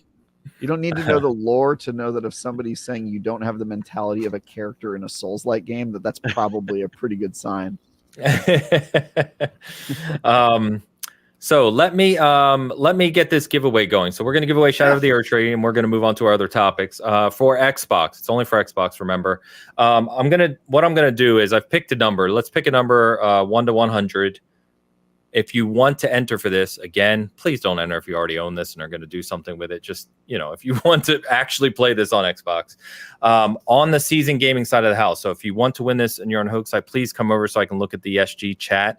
Just put a number from 1 to 100 in the chat by by itself, please. I will pick a winner. I already have a number in my head. I will pick the closest to that number here in the next 15 minutes or so.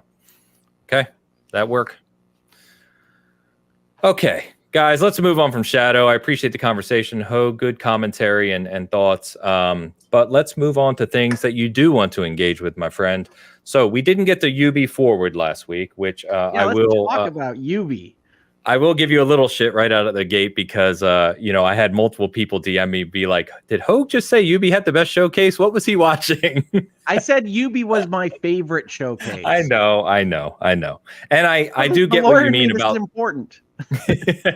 I know what you mean about things you want to play. So let's talk about that showcase. So basically, as Travis joked last week, they didn't really show... They showed one or two things kind of new. It's primarily the stuff we knew about and additional content for games they've released, right? So let's start with Star Wars, which is their next major release. Star Wars Outlaws comes out August 30th, which, hell, only 2 months away. Soon. 2 months. I know, it's crazy.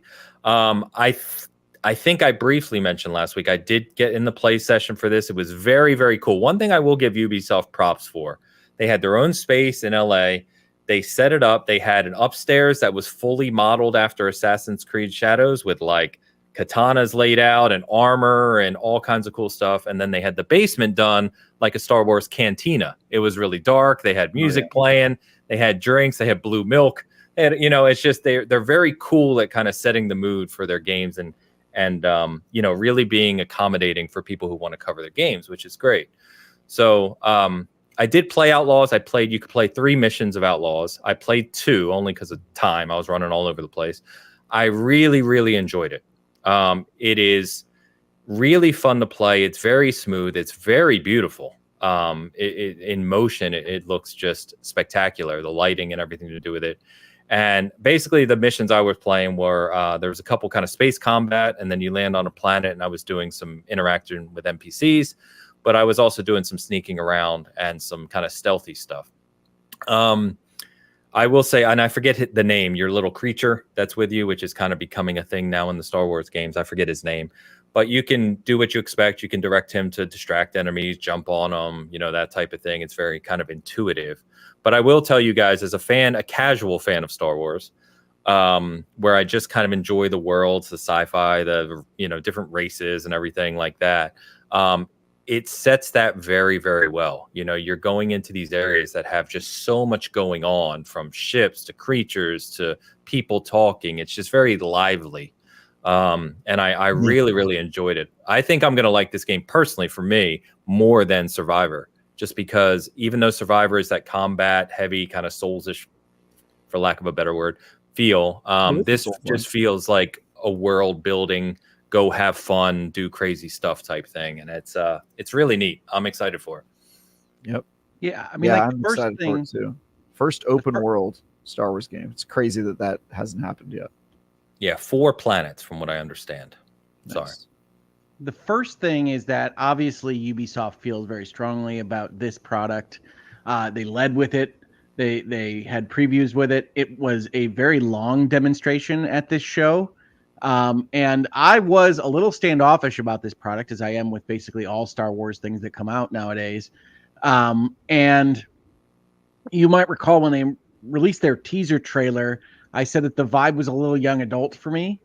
I much preferred the vibe that was present in this presentation. I still think there are questions about how this is actually going to play out in terms of tone and storytelling, because I love Ubi games, I really do, but they don't tell the tightest tales usually.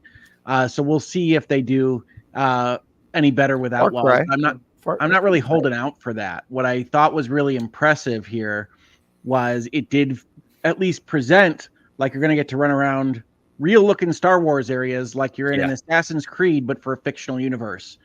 And that seemed really, really cool to me. I was very excited about this when it was done.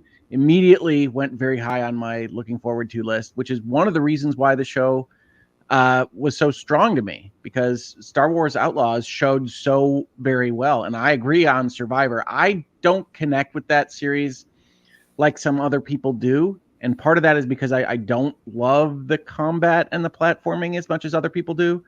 And so this seemed to have something that looked more like what I want out of a Star Wars game. Yeah. I love Good, Jedi Survivor. Think y'all are crazy for not. You love that frog, man. I know that. Just said, personally, it feels You guys like just haven't fought Rick the door technician. You don't get it. Do you guys know about that? The door technician? No. All right, well, It just sounded funny. yeah, there's a boss in the game called Rick the door technician. That's very funny. Nice. And so I love that game. This game looks great. I really hope that it is as good as it looks. Nyx, the companion, is cool, so that'll get Dee to watch me play it or play it with me because she likes the little is axolotl is what it looks like to me. He's a little puffball, isn't he? He doesn't look like an axolotl. He kind of reminds me of an axolotl a little bit. I don't know. What'd you describe Nyx as, chat? He looks like a Nyx, furry that's axolotl. His name. Yeah. Anyway, I couldn't remember his name. I personally love that the main character looks like she's from the 70s with that haircut. I think that's amazing and very Star Wars. It does appear to be Sigourney Weaver from Alien, give or take what they very close. I think when you'd make a Star Wars character, if you really, well, depending on the period, but I think one of my favorite Star Wars vibes is when everybody looks like they're from the 70s. Like if you don't have at least like 2 or 3 characters with like big old 70s porn stashes, like I'd question your judgment. Like, what are you doing? So I think that's important. And then I don't have a problem with the young adult vibe. Like Star Wars has several different vibes. You know, sometimes it's like this war protest and or like super adult, and then sometimes it's a kid's cartoon. And I think Star Wars can be great for all of those different audiences. So I think a young adult vibe can be fun, depending on several factors, like if they can nail that tone right, and you know, who knows if that's going to happen. But I'm very optimistic by what I saw, and I think it's going to be good. Ubisoft games can be a little mixed, but I think they usually hit more than they miss. I can with Ubi games. Yeah, and I was going to say, remember that this is being made by Massive, right? I mean, a very talented team. You can tell that the director, right, Goodnighty, they had the stage presence there, and that the team was there afterwards, you know, and you can just kind of feel the passion behind it. And I think that when you have passionate development teams, you generally get good products. And it's very clear that they want to do Star Wars justice with this game. And as I said, it just you can feel it playing it. It feels like you're in that universe. And I think that's what I really vibed with. So I'm excited about it. Yeah, I think it's going to be a lot of fun for people who just want to kind of live that experience. I am curious to see. So it was kind of limited what you could see and where you could go, obviously, as you were playing. But as they've shown more of it, right, there is like a reputation system, and you build out with the different kind of scandalous organizations. And I'm curious to see how well that stuff is implemented. But I think just from a pure aesthetic and pure kind of world building, I think it's going to be excellent. Someone someday is going to have to explain to me why they called it Outlaws instead of Scoundrels. But that would be a better word. Outside of that, I think this looks like a fantastic product. Scoundrels are good guys, right? They're like good outlaws. I can promise you're going to be a quasi good guy. Oh, for sure. But I think the Outlaws is referencing the whole pantheon of factions you're working with. Because Scoundrels has like a specific definition in Star Wars of like good aligned outlaw, right? Like that's sort of because that's the character class in the MMO, right? So just a reminder, so again, August 30th for this one. I think it's going to be, I really do have high hopes for it. I'm very excited. We will be obviously reviewing it. I don't know who's doing that for us, but should be really good. Reminder, giving away Shadow of the Erdtree on Season Gaming Side of the House. Put in a number from 1 to 100. I'll pick the winner soon. Just keep that going. The other thing I saw was Assassin's Creed Shadows, obviously their next big release this year. November 15th is the date. This one was hands off, but you got to sit in for a 30-minute producer demonstration, pretty common in this sort of thing. And so I was in there with some other media and they showed us essentially an extended version of what they showed at UB Forward. So UB Forward, they showed the one mission where you can select between Nawe and Yasuke, and but for us, they showed the mission being played through 3 different times in different ways with different weather and at different times of day. And it's very, very, it was very impressive. And so I think, again, Ubi really hit it hard for me this month with these games, because AC Shadows not only looks excellent, and it looks to play like I would want kind of that next AC game to play for me. But it's very impressive in motion. It's very gorgeous. And I think they've definitely taken some hints from what I saw on screen of the feedback of like, hey, Valhalla had 900 icons and there's too much going on here. And so when they walk into the town, I don't know if I can't remember if this is in the UB4 demonstration, but when you walk into the town and you're kind of hunting someone, right? It doesn't really give you a waypoint anymore. It doesn't have markers on the map. It basically just says like, here's who you're looking for, and here's some hints. There's like a couple hints in the top left corner. Now, that's always an option from the Ubi games now, right? For years, you can pick exploration, not guided. And rather than get all the icons on screen, it gives you like he's probably by the river. And I love that. That's a good move from Ubisoft. I love Assassin's Creed. I want to say up front, I didn't know how this would look. I love the historical tourism of Assassin's Creed. Just even walking around that little town with people doing their thing, I would have liked to experience. I didn't love what they showed of Yusuke fighting. It looked very Valhalla to me with his club thing. Yeah, that's what I said, isn't I? Yasuke. Oh, sorry. I liked Nawe better, what they showed. But overall, I like the open world RPG Assassin's Creed franchise, and I'm looking forward to this one a lot. I think so 2 things. I think maybe I'm just misremembering, highly possible, because it's been a few years now, but I thought, like, I always play on exploration, but I thought it still gave you like icons and waypoints even when you had it on exploration. Maybe I'm misremembering, because I didn't see that here. I mean, they could have changed things. It is a different game, obviously. They would give you certain icons, but they would never give you the like exactly where you're going. Okay, but I love Assassin's Creed, and I'm happy to see them go in a similar direction to the way that we're going. I didn't love parts of the UI. I mean, I wish that it had been more specifically made for the era and the tone of Shadows. It really did remind me of Valhalla. They had the I'm going to say resolve. That isn't what they are. Diamonds in the corner, just like previous Assassin's Creeds. I would have liked to have seen a new UI for this, but I'm greedy. Gotcha. Yeah, and I think from what I saw, right, both of the characters, you can choose each one and play in their different play styles. They have 3 weapon types each from what they showed us, which I don't think they showed fully in the UB Forward demonstration. So you can play, there's different ways to play with each of them as well, despite their kind of core play styles. But I don't think it's doing the whole like full kind of loot progression. They didn't show any of that kind of full looting like they have done in the past couple games. So need to see more of it. But I did really like what I saw, and I am excited about this one. Yeah. So I mean, like that's 2 games that I'm really excited about with release dates this year to start this show. So if you want to hear about why it's my favorite, that's one of the reasons. I love the Xbox show. 10 minutes of talking about water in the pre-show in Skull and Bones did not help. Hey, let's talk. There was an entire tech demonstration of how cool the ocean in Skull and Bones is before the show started. Talk about putting you in a good mood. Am I right? I'm clipping that. The funny part about the pre-show in person was that no one was paying attention to it, and it was very loud because it was the old school Belasco theater, like with everyone talking, and it was a stone floor, so it just echoed. So I couldn't hear the pre-show at all. I didn't hear a single thing. You could just see the screen. It's quite funny. Nobody heard about Just Dance VR. I saw it. Yeah, that should work. It sounds like it'll work. Sure. You need to know about the water and Skull and Bones, and I'll send you the video. I'll make sure you watch it. Okay. I've watched that UB Forward a number of times already. It is right before the show starts. It's so gross. So you rewatch I love video showcases? games, man. That's crazy.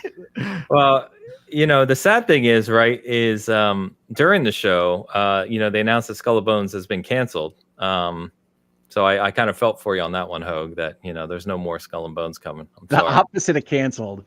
They actually seemed rather enthused about Skull and Bones. Now, that could all be a front. That could all be a front. They're a big company. They can't rightly say, hey, we're really unhappy with this product, especially for a live service where you still have people toiling away at it.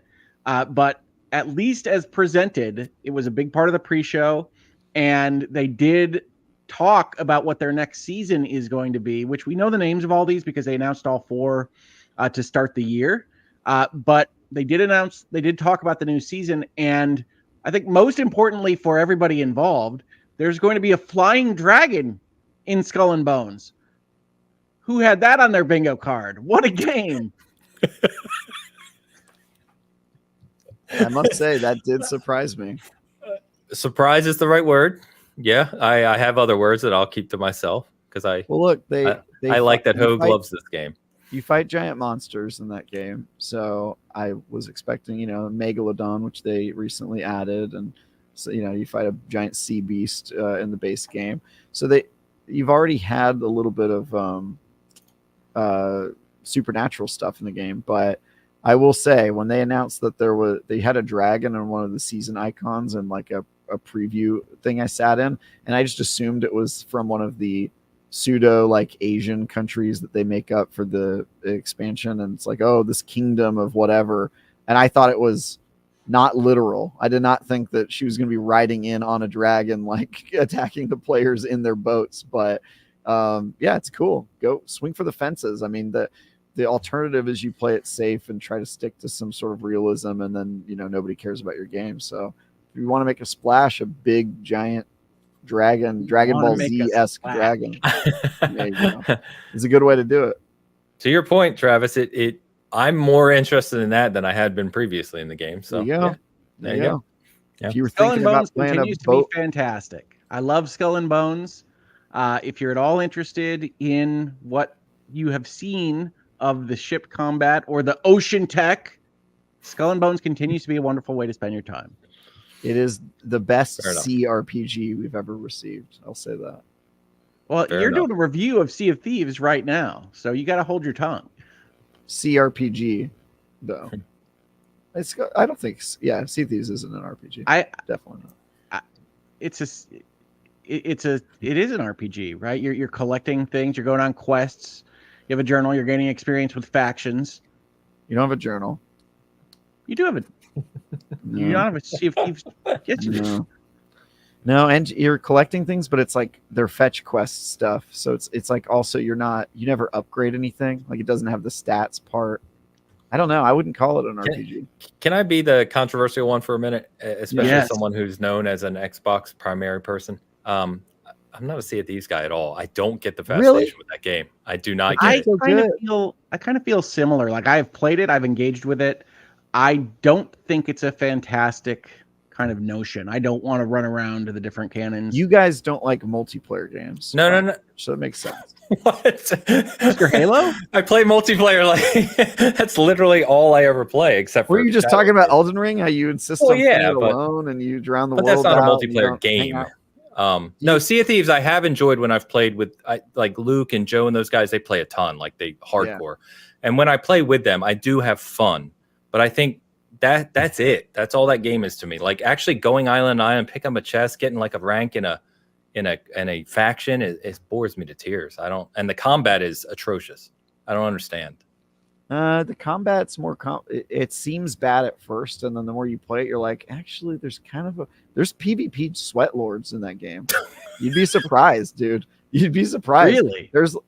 Dude, I was playing with a streamer this week because I put out a post on Twitter, and I was just like, yo, anybody playing Sea of Thieves, join me. Somebody joined me from LSM, and he is like a Sea of Thieves streamer. Dude is so sweaty. Like, dude, it's crazy. So people are really good at that game. It's good. It's just not Skull and Bones and Sea of Thieves are not the same game. I can say that. and I prefer Skull and Bones as an experience over Sea of Thieves. I'm apparently one of dozens, so join me. I'm still waiting for Banjo-Kazooie. Yeah, you're fine.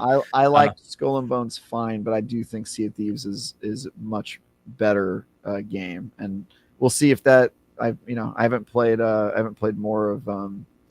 I haven't played enough of it to know where it's at, but it does seem like they've added a lot, and it's generally better. One of the things I like that they added, which Ains, I'm sure this wasn't in the game last time you played, is you were talking about going from island to island and kind of the minutia of that.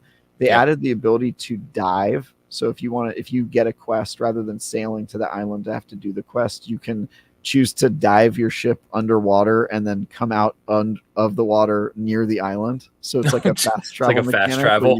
You go submersible. And the downside is that you lose they added stuff that because I hated that part of the game. You like accept a quest and then you find out the quest is like 15 minutes in the other direction, and you have to get in your ship and get to the island just to start the quest and then take it back. This one, they added a thing where you can immediately get to the quest. You just dive and get there. And then when you get there, if you're going on like a chain of missions, every time you add a new mission, it chooses an island that's like right next to you. And then it feels faster and like less kind of,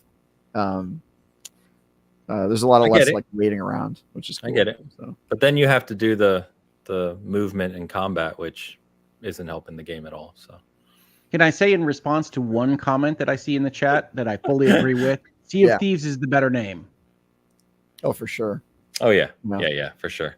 Yeah. Skull and Bones just sounds like two separate things. That's not even a game. You can't just say two things and make it a game.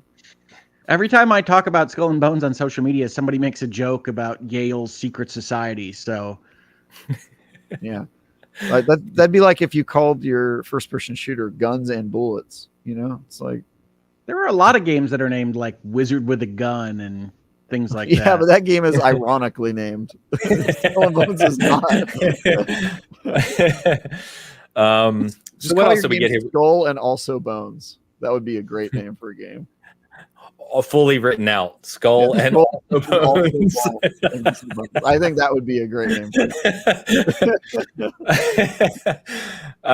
So rest of you, because we still got a lot to talk about. Quick.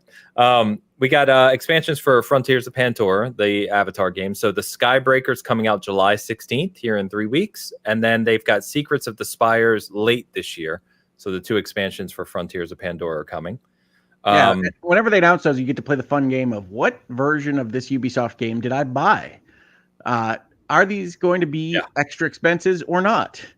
But I'm very excited about that. I think their Avatar game is excellent, even though it is very specifically Far Cry on Pandora. So I enjoy that game, and I'm looking forward to a little bit more of it. Yep. And they did a lot of content update things, right? So the Crew, X-Defiant, Rocksmith. They even showed the game you and I reviewed, Travis, which I always forget the name of, Riders Republic. They showed For Honor, which they've been supporting for years now, like 8 years or something, which is amazing. I literally thought it was a Shadows ad because it was all of the Asian combatants. Yeah. Which, if you don't know, I think I've said this before, For Honor is still one of the most played games on Xbox Live. Like, there is a hardcore community for that game. And then we've got a chance, Skull and Bones. We got a chance. They showed the one you were pumped about, Hogue, which is Anno 117 Pax Romana. Anno. Roman Empire Anno is such a big freaking deal to a very specific niche audience that I am part of. But Anno is my favorite city management series. I have played all of them. The trick with Anno is that the year dates always add up to 9. So if you know the century, usually you can remember what the name of the Anno is. But Anno 117 Pax Romana is such an exciting concept for people that love that series. I am so looking forward to it sometime in 2025. And so you add up all of these announcements at the UB Forward, and I'm excited about the additions to Avatar. I'm excited about Star Wars. I'm excited about Assassin's Creed. I'm excited about Anno. And we skipped over it, but the Crew Motorfest, which has continued to be an excellent game, filling the Horizon void from them not making Horizons for a little while, is getting a new island, which I had never expected as an addition to the Crew Motorfest. So that's a lot of fun. Very excited about that announcement. And that leaves you overall with a show that was essentially, as the kids say, nothing but bangers for me. Kids haven't been saying that for like 5 years. Okay. As the old adults say.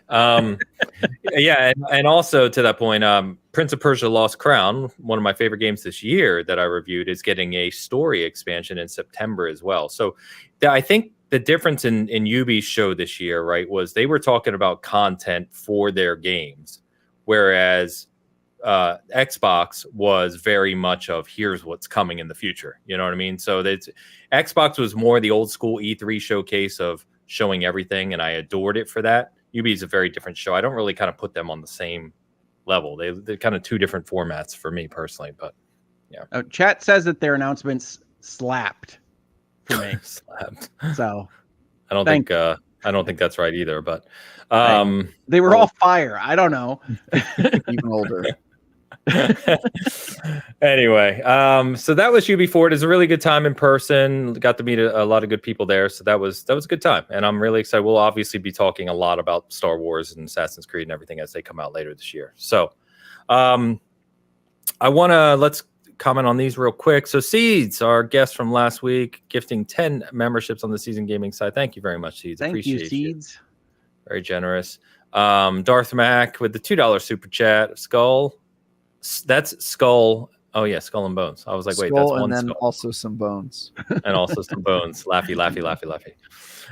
Darth, thank you very much. This is a random question because I think I mentioned Banjo. Silken says, do you think if Astrobot succeeds enough, it would push Xbox to do a mascot platformer too? No.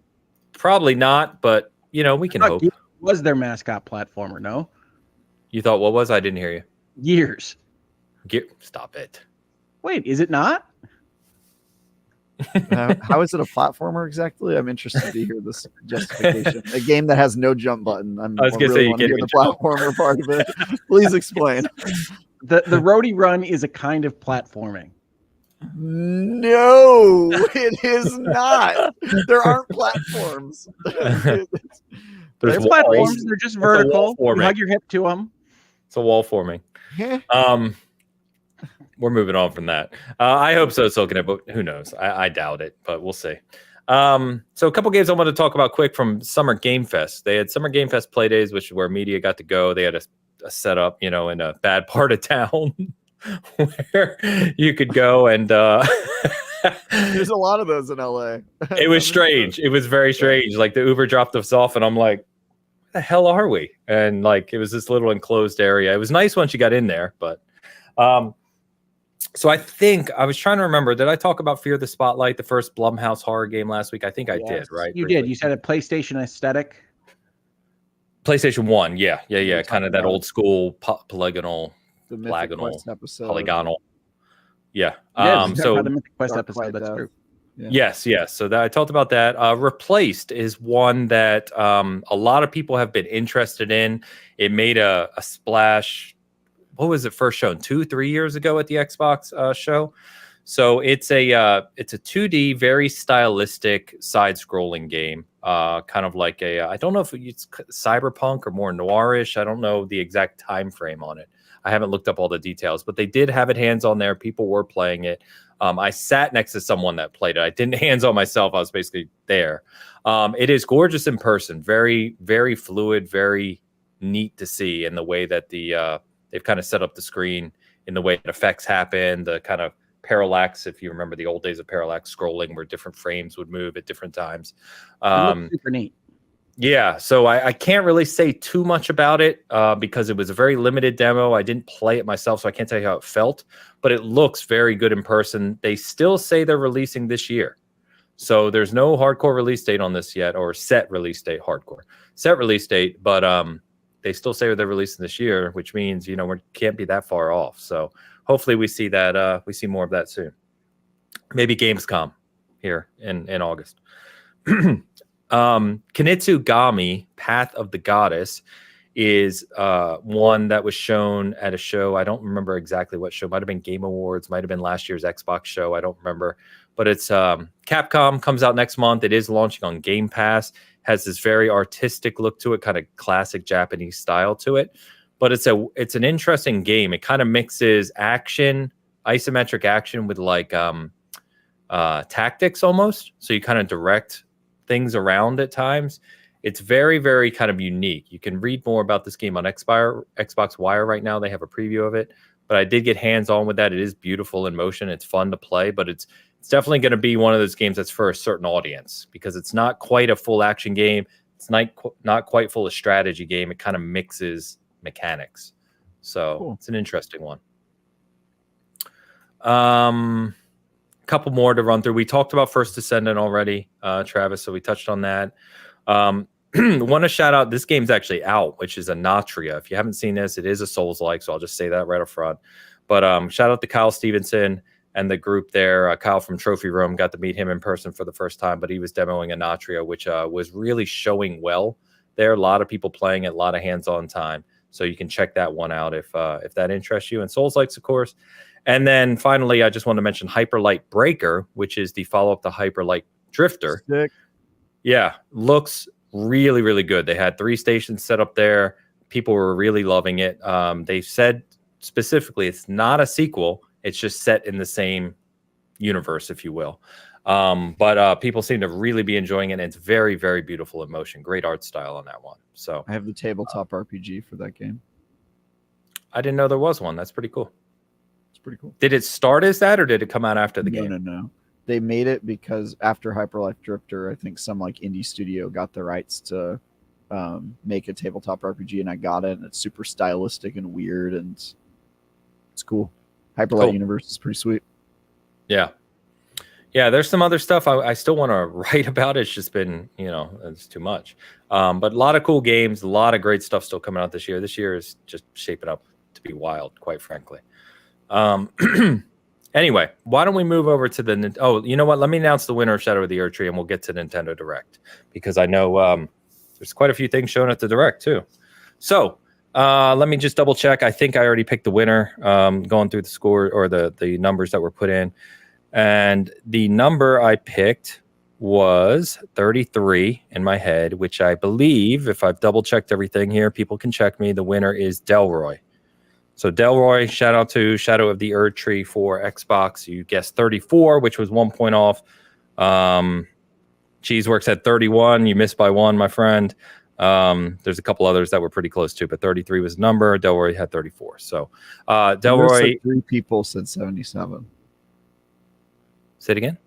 3 people said 77. I just thought that was interesting. Oh, yeah. I had 33. So Delroy, congrats, and DM me, please, on Twitter. My DMs are open, even if you don't follow me, and I'll get you that code today. All right?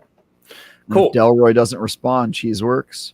Cheeseworks is second, and Delroy, Cheeseworks was second closest, but Delroy, feel free to ping me. Congrats. All right, boys, Nintendo Direct. They came out a week post Summer Game Fest, and I've said before, I'm not a huge Nintendo guy. I barely play my Switch. A lot of these games don't interest me, but even I could tell that this was a good Direct. I felt that this was a very strong showing for them. They had a lot of things that were coming out in the next 6 months or so, as well as some things to get excited about in the future. So I've got obviously you can't talk about every single game. I've got, I think, what are the main ones we want to touch on here. I'll let you guys kind of direct this because you guys, I think, are more intelligent about some of these games than I am. So please go ahead, Travis. I'm going to start with you because I know where you want to go. Go. Ladies and gentlemen, we finally did it. We got every Ace Attorney game on the Nintendo Switch, including the second Miles Edgeworth Investigations game, which has never received a North American release and has never been localized into English. I had to play it on PC using a fan translation that was certainly illegal. And that is the only way I was able to play it. Yeah, I had to. That was you have to end the story, Hogue. You can't just not hear the end of the Miles Edgeworth Investigation, which sets up a sequel and has a dramatic conclusion You can't just not see that. So anyway, we got the announcement that Miles Edgeworth Investigations is a duology that, like the Ace Attorney Chronicles, or the Great Ace Attorney Chronicles, is going to be bundled together and released in North America as one package. And this marks the first time you can actually play all of the Ace Attorney games in English in North America legally, which is cool. And you can play them all on one platform. It's also coming to PlayStation. So actually, I think you could also play all of the Ace Attorney games on PlayStation now. For some reason, Xbox is the only one without the Great Ace Attorney Chronicles, which I do not understand, but it's where we're at. But yeah, this was a huge announcement for Ace Attorney fans, guys. Oh, that's a good point. Steven points out we don't have latent Ace Attorney crossover on Switch. True. Fair. That is true. Damn. Like 8 people know what you're talking about right now. No, so I know. Hey, it's more than Skull and Bones. Give me this. We don't have a latent crossover.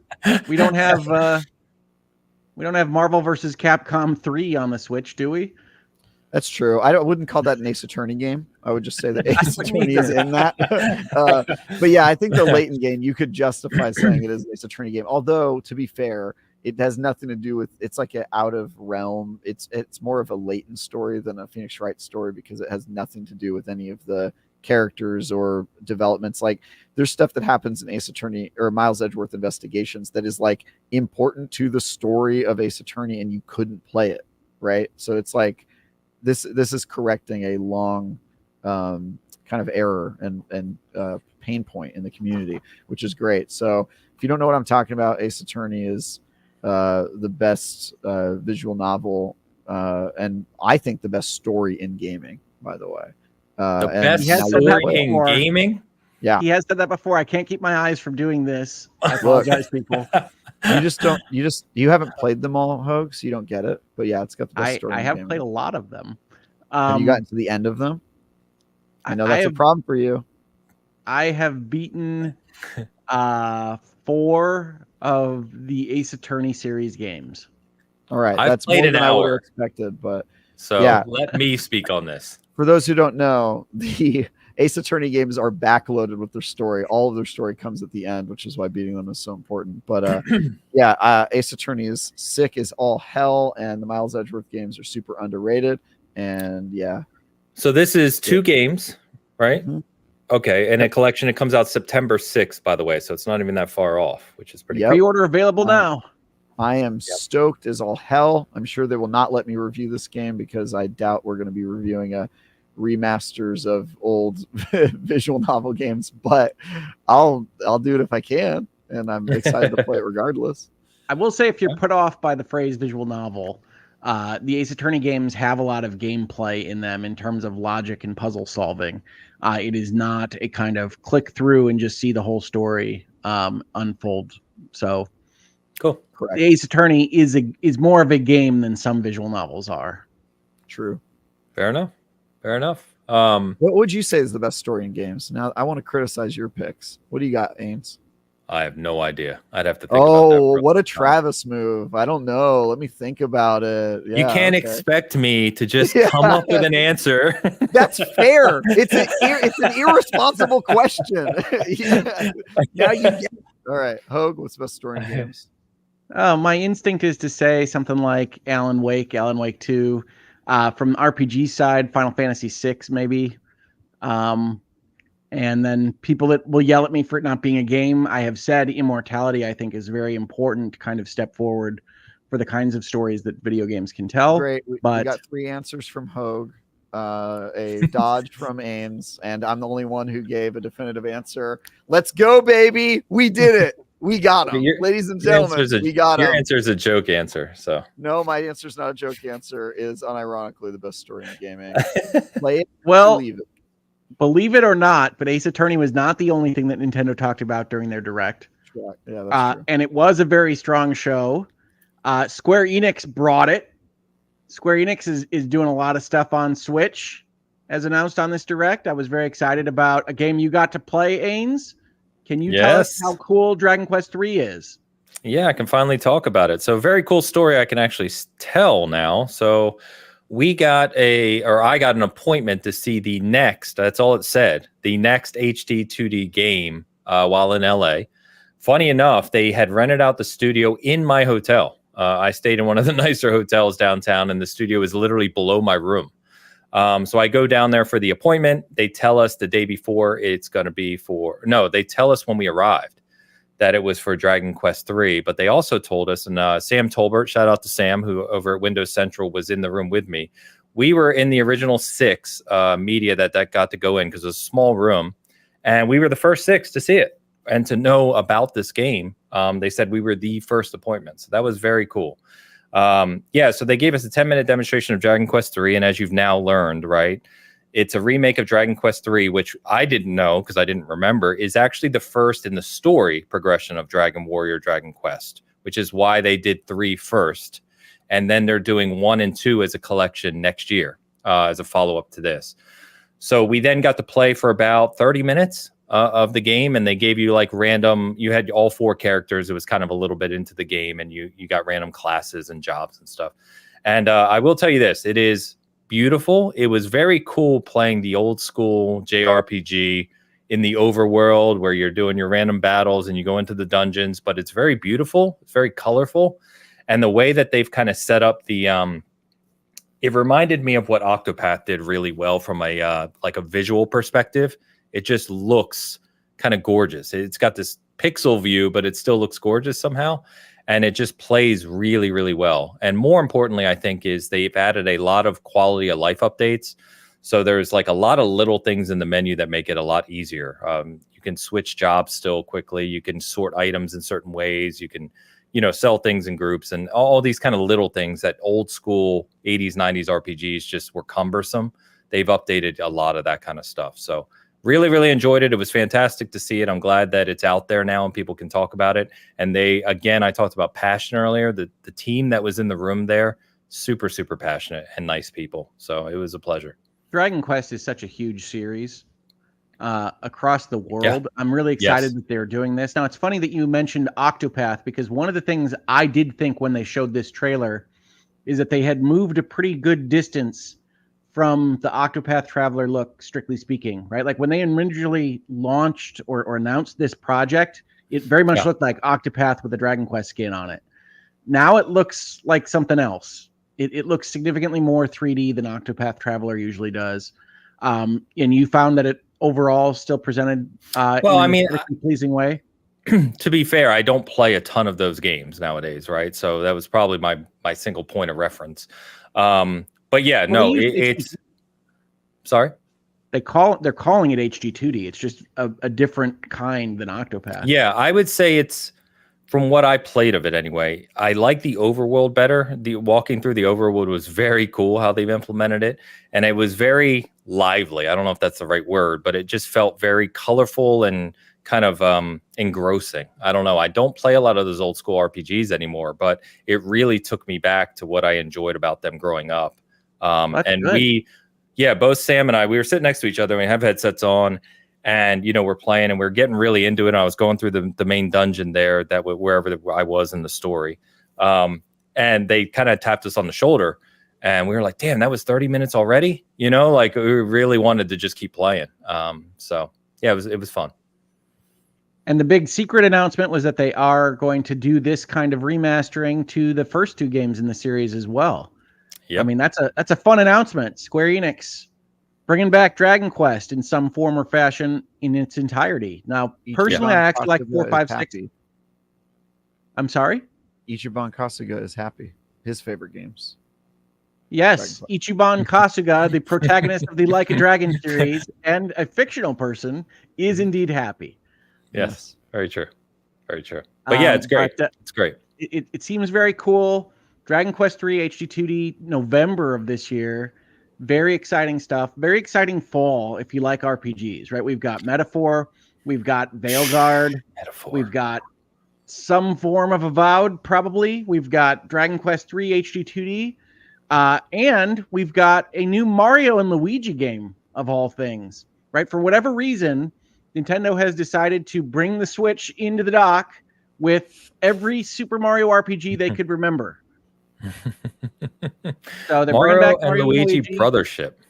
Yeah, they're bringing back Mario and Luigi with a new Mario and Luigi game. For those that don't know, Mario and Luigi is essentially kind of the Paper Mario sibling that was for the portable systems instead of the home consoles. Obviously, since the Switch is both, it has enjoyed entries from all sorts of things. But Mario and Luigi coming back was a big surprise. That's going to be an RPG in November. They've had a Mario RPG in November. Can you explain who Mario and Luigi are to people who don't know? I don't think I have to go that far, but they are Italian plumbers that find themselves in a series of increasingly chaotic adventures. Okay. It's because they're drug addicts. That's why. Yeah. Well, that's defamation. Yeah. Probably get taken off of YouTube just for that. To take down their great Italian heritage. So like you, keeping them down. Tony Soprano's rolling in his grave right now. But Brothership looked cool. And I love kind of those fun little Mario RPG type projects. We've been enjoying Thousand Year Door, the Paper Mario game that I think Nintendo released in May? It's about right. It's a fun. This was a surprising direct to me because I had such low expectations for the Switch kind of coming into port here at the end of its lifespan. And they had a number of things that really surprised me. To go along with Mario and Luigi Brothership, they announced a new 2D Zelda, starring Zelda, and not just starring Zelda, not just with like a skin of Zelda on Link's usual role, but a crazy kind of concept of echoing things in the world and then throwing tables at monsters and having a puzzle environment made out of Hyrule instead of just combating everything, which I think is just a fantastic, interesting way to think about a Zelda game and very much kind of where Nintendo is at with the Zelda series right now. I saw that with Tears of the Kingdom where you're building everything. It's very kind of nuts and boltsy. This has that kind of vibe of a Phantom Tracks or was that a pause for vibe? That was a solely no nuts and bolts. You said nuts and boltsy, and I'm like, oh, never again. Echoes of Wisdom was my favorite announcement of this show, the new Zelda game, and I was super surprised by its existence, and it looks very cool. My only hope is that it very much has the graphical sensibilities of the Link's Awakening remake, and that in my head is the worst performing piece of software on the Nintendo Switch. So I hope whatever is causing the performance and frame rate issues with the Awakening remake is solved by the time they make Echoes of Wisdom, because I really don't want that kind of silliness to impact my entertainment value. Performing game on the Switch. I think you need to play more games on the Switch, my friend. Have you played The Witcher 3 on the Switch? I have. The Switcher is a marvel of modern technology compared to the Link's Awakening frame rate. Really? Yes. I didn't realize it had issues like that. That's weird for a first-party game, too. It is very weird for first-party game. And honestly, that's one where you're like, oh, I trust Nintendo to have sorted out whatever issues might be here. And then I bought it, and I thought, okay, they'll patch this certainly very quickly. And it is like my most disappointing purchase on the Switch. Wow. I didn't have any technical issues with it. I haven't played it. I mean, it's a Switch. It's just everybody has the same technological issues, right? Not always. For example, my Switch was worse performing for a while because of that Cooking Mama Cookstar game. Do you know about that whole thing? You did tell us. You've told us about that, yes. Yeah. So I don't know. I mean, some people don't encounter issues and some people do. I don't remember the frame rate being bad in that game, though. The frame rate is all over the place, right? So it's fine for a little while and then it's not. Okay. Well, hopefully they got that worked out. I mean, that's I don't know if you mentioned it, but that's September 26th. So there's a lot of release dates here. So Echoes of Wisdom, September 26th, Ace Attorney, September 6th. What else did you mention? So we've got November 14th for Dragon Quest. They also, November 7th for Mario and Luigi Brothership. They also announced a new Mario Party, Jamboree, which is coming in October. James is excited for, he told us. The worst. I am excited for it. You know why? Because you can play it online with up to 20 people, which should be crazy. But the you don't worst like multiplayer titling games. series ever. Like, I can never remember what the current Mario Party is. This is what, Super Mario Party Jamboree? Yes, Jamboree, and they stopped numbering them. They stopped naming them. I haven't played the current Mario Party that was made for the Switch. It got lower reviews than normal. It wasn't supposed to be that great. But That's the one where everybody hops in a car? Yeah, they for a while, the last few Mario parties, I think there's been exceptions to this, but I played a couple in a row Mario Party games where they took away the competitive aspect and all the players are in a car together, and I was like, this is the worst thing I've ever, like, why would they do this? It's like you're not even rolling and you're not even playing against each other. You like all travel together across the board, and I'm like, no. What? Why? No, Why are they doing games? this? My old elementary school guidance counselor used to make us play. Exactly. It takes away all the competition, and that's what it struck me as. It struck me as like, oh, well, we don't want friends to get mad at each other. And I'm like, bro, you made Mario Kart. Don't act like everyone gets a star. No, yeah. You earn your stars. No, you earn your star, and then Bowser steals it from you and gives it to Cheryl. Cheryl didn't earn that star. And then there are awards at the end that are completely random that make you yeah, yes, exactly. And you hope that you get the. And then you secretly hold a grudge against Cheryl for years until you see on Facebook that she got a divorce and you feel vindicated. Yeah, and I do, since I see chat talking about it, I do want to amend my statement about Link's Awakening being the worst performing. I am sure there are third-party games that are worse performing, or little tiny indie games that are worse performing. I am specifically talking about, Nintendo Direct shown, Nintendo made games that have a certain amount of polish and expectations affixed to them. So Link's Awakening is the most surprising disappointment in terms of performance on the Switch. And I hope that Echoes of Wisdom doesn't have the same fate. Yeah, hopefully. I want to ask you about this one, Ho, because I believe you said you played this because it was a mobile game originally by Sakaguchi, who is now being ported to Switch this winter. There's no hard date for this. His game yes. He's not being ported. Well, you never know. Fantasian Neo Dimension. So as I understand it, this is actually some kind of remake or rebuild for this Switch product specifically, but Fantasian was a game that Mistwalker, Hironobu Sakaguchi's game studio, made for the App Arcade, right? So in the Apple App Store, they have the Apple Arcade subscription, and you can play what are supposed to be kind of higher-end mobile games. And Fantasian was one of these. It was a Final Fantasy-like game, Hironobu Sakaguchi being the father of Final Fantasy. Why is Travis laughing? What are you going to do to my coochie?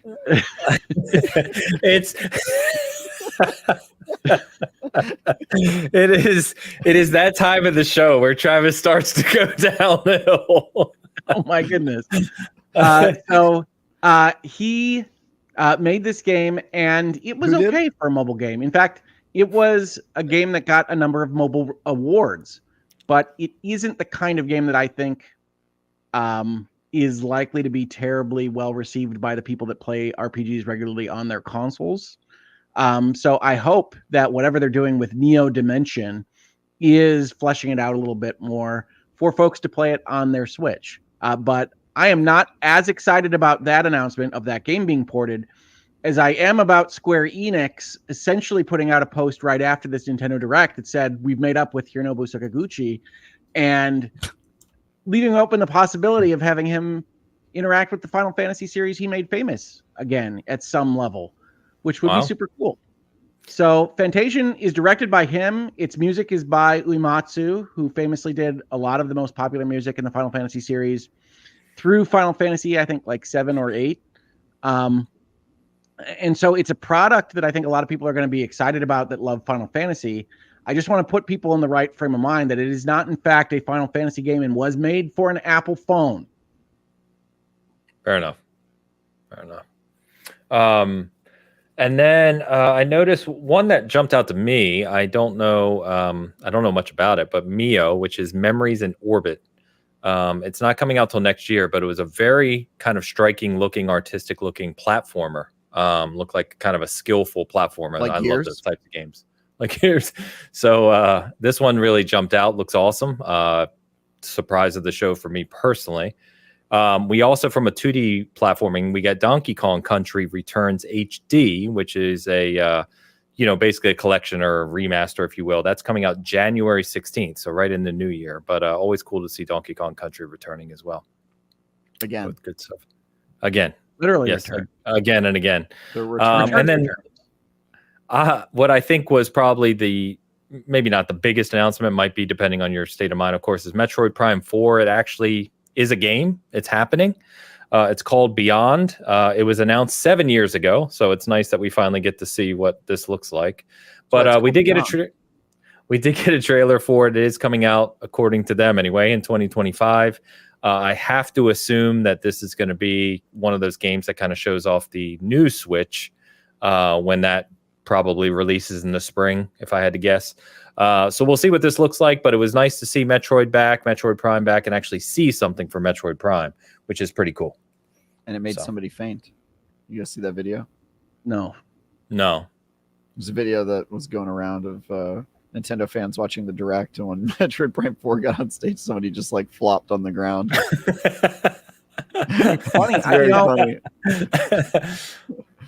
I want to say for this trailer that they did a good job, because I actually couldn't tell whether it was a remake of 2 or not to begin with. I was trying to decide because I didn't expect a Metroid Prime 4 announcement.